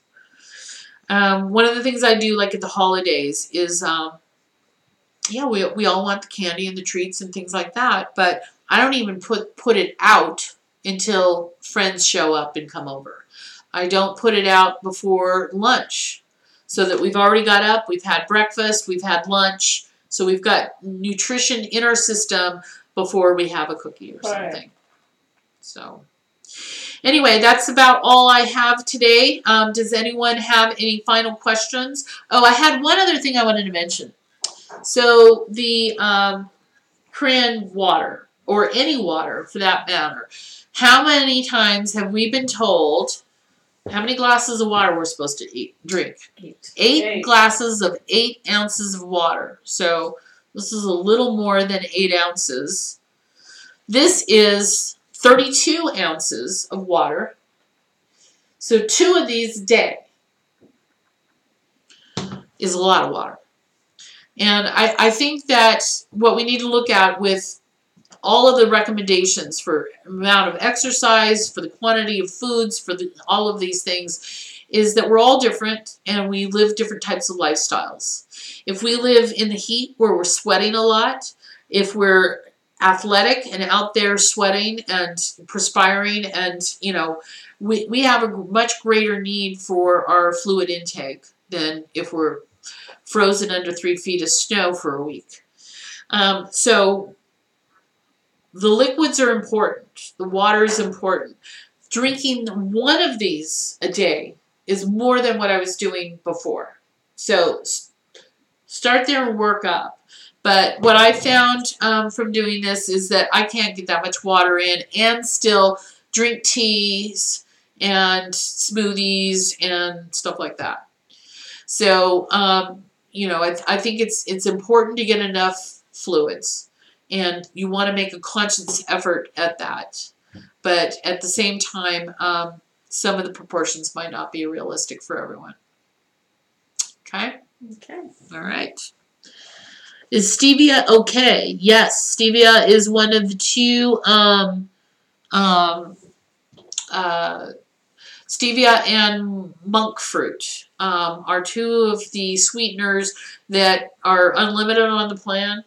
I don't know how much stevia you would want to do, but in general, those are the only sweeteners that are generically approved on all phases of the plan. But that said, we already talked about honey in small amounts, and natural sweeteners, and I think there are a couple other kind of syrups like agave that are used during phase 3. Now again, phase 3 simply means the maintenance phase. That's what you eat every day for the rest of your life. And that means all whole foods, all naturally foods, unprocessed, without chemicals or additives to them. So that's the big thing here that we're doing is getting back to whole foods, which is difficult when we're traveling. It's difficult when we want something quick. So we just need to read labels and make sure that the prepackaged products that we do buy are snacks that are supplementing the whole meal, not in place of them. All right. It sounds like we have to make more time for preparing food and shopping and like especially breakfast is a hard time for a lot of us because a lot of people will run out the door and get something, or they bring something that might, like a muffin or something, right. So it's not necessarily if you're not cooking for yourself right now, that's part of the learning curve. And if you think about it, like, okay, I've always worked all my life, so this is the first time I've been like, a housewife.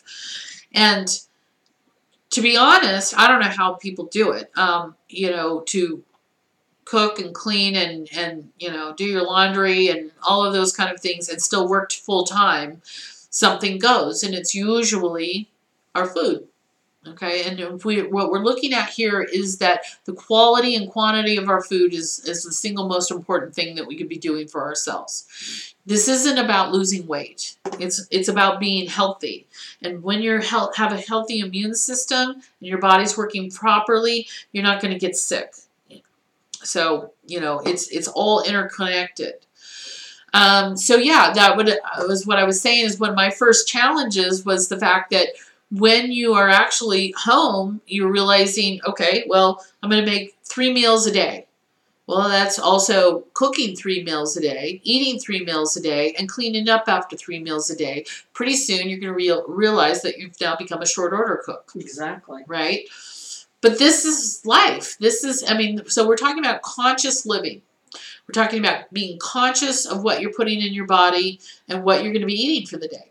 So some of it is just planning ahead. All right. So you can make some better choices of things that you buy that are already pre-prepared. There's a lot of things out there that we do use. Trader Joe's is great for certain things where we can just heat it up and eat it. Like dried cranberries. Right. Yeah. So, like you mentioned, a muffin. Okay. Well, there's muffins and then there's muffins. Muffins are probably one of the, next to donuts, which I don't even consider a foodstuff, and neither does the FDA, because it's not meant to be your nutrition for the day. So they don't require them to use enriched flour. So even the white flour that you're getting has absolutely no nutrition in it. And then on top of that, it's been deep fat fried and covered in sugar. So, you know, donuts, just like, if you're going to eat it, just don't read the label and just eat it. But the muffins we think are healthy. Oh, well, you don't eat a piece of cake for breakfast, but you can have a muffin. There's absolutely no difference between a cake and a muffin. Absolutely none. It's a big cupcake with, you know, without blueberries frosting, and no frosting on it. And sometimes that doesn't make it healthy. Sometimes they have frosting. So, but what if you made your blueberry muffin with whole wheat flour, and if you put oats in it and chia seeds in it and blueberries in it, and you used agave syrup to sweeten it with, I can guarantee that your body is going to be satisfied with one little muffin like that than it will be with 5 big ones that, you know, are made out of cake batter. So it's the thinking ahead process. It's packing your lunch the night before kind of thing. It's having quick, easy, healthy things in reach. Cheese sticks or, you know, whatever, so that you have a little cooler and you can throw together, you know, a hard-boiled egg, you know, a healthy muffin. And sometimes a healthy muffin doesn't have to be sweet. I make some that are like biscuit mix. Line the muffin tin with that and crack an egg in it and sprinkle some cheese on it. Some oregano or basil or something like that. So then you have this little thing that's, you know, it's egg and it's, you know, cheese. So you've got your protein right there. And, you know, it's in a form that you think you're getting something special. That's kind of cool. You know, there's all sorts of breakfast sandwiches and things like that. But some of these things that the plan is having us add in, like the chia seeds and like the flax seeds, are doing double duty. They're getting the oils in that we haven't normally been getting in. They're creating fiber and roughage to help, you know, move things through the system. And chia seeds in particular are really high in protein. So you're getting another protein source just by sprinkling some seeds on whatever it is you're eating. So they're little tips of how to keep adding that nutrition in. And so it seems like, yeah, in the morning is the tough time. We got to get out the door. We don't have everything ready, so we just leave. I mean, you want to. Here's what I used to do when I worked in the costume industry. It would be Hell Week. Yes, it's called Hell Week for a reason, because we basically get there at 8 in the morning and we work a full day, and then we have to do a production run, a costume rehearsal, let's say, where you're going to have to be there early so that people can get dressed and get their makeup on and get on stage. We have to sit there and watch the whole show. And then after all the actors have left, we have to sit around as a production crew and decide what needs to be changed and come back the next morning and start all that over again for a full week before a show would open. And I wouldn't even it's like, okay, I'm going into Hell Week. This is my modality. I would run out the door. I would go through the drive-thru at Starbucks. I would spend $20 on a bag. I would get a big triple venti latte cappuccino thing. And I would get a banana. And I would get an orange juice. And I would get a muffin or a Danish or something like that. I would get a little, you know, sandwich thing for later in the day. That was about it. Anyway. So $20 a day for a week. How much money did I spend? And so, like, the first time that I met Dr. Cage, he came over because I was going into Hell Week, and we had a cooking day. And, you know, we made like a lasagna, and he made the little fruit cups, and he made all the, you know, Jell-O and all these things, so that at the refrigerator at work, I had a variety of things that I could just go and grab. Sweet. That's yeah. Nice. And so, we just get into this mental, emotional state where we're like, oh, I just can't cook, and I mean, up here we can't even order takeout because, you just close the Chinese restaurant and, other than pizza, there's not much that gets delivered. So, so we don't have a lot of choices and we have to think ahead, and we're going to spend way too much money if we have to run into town every time we, oh, well, I want whipped cream for my hot chocolate. So let's all run into town and get whipped cream. It's like, no, we go to town once a week. And if we don't have whipped cream, oh well, So thinking ahead, planning ahead, being conscious of what you're eating, why you're eating, when you're eating is really, what the emphasis of healthy living is. And knowing what we're putting in our body is key. All right. Okay, with that, I wish you all well. If you have more questions about the plan, be sure and contact me. As you know, Dr. Cage is going to be releasing his new book, Heal Your Life, Heal the World, and there will be other conscious living broadcasts that will be based on his book, which the Fat Flush plan is in alignment with his recommendations on nutrition and health. So this was kind of just a jump start to get us, on the right track. His book will be available in April. If you would like a signed copy from the first release of the book, please contact us. We're starting a list for that, and we'll have price information and such for that coming up shortly. And if you haven't got the email yet, there is a new email that went out with a few new health conscious classes that are coming up. Next Saturday here in Mount Shasta, the lovely Nina Kirby will be regaling us with all the abilities to do quantum healing on ourselves and others. This is a wonderful skill, and it's easy thing to implement for healers or anyone who would like to learn more about that. And then, like I said, we'll be having a class coming up in April called the Care and Feeding of the Human Biological Machine. This is a tribute to the great E.J. Gold and his book on the human biological machine as a transformational apparatus. And so join us for those and call if you have questions, and best wishes.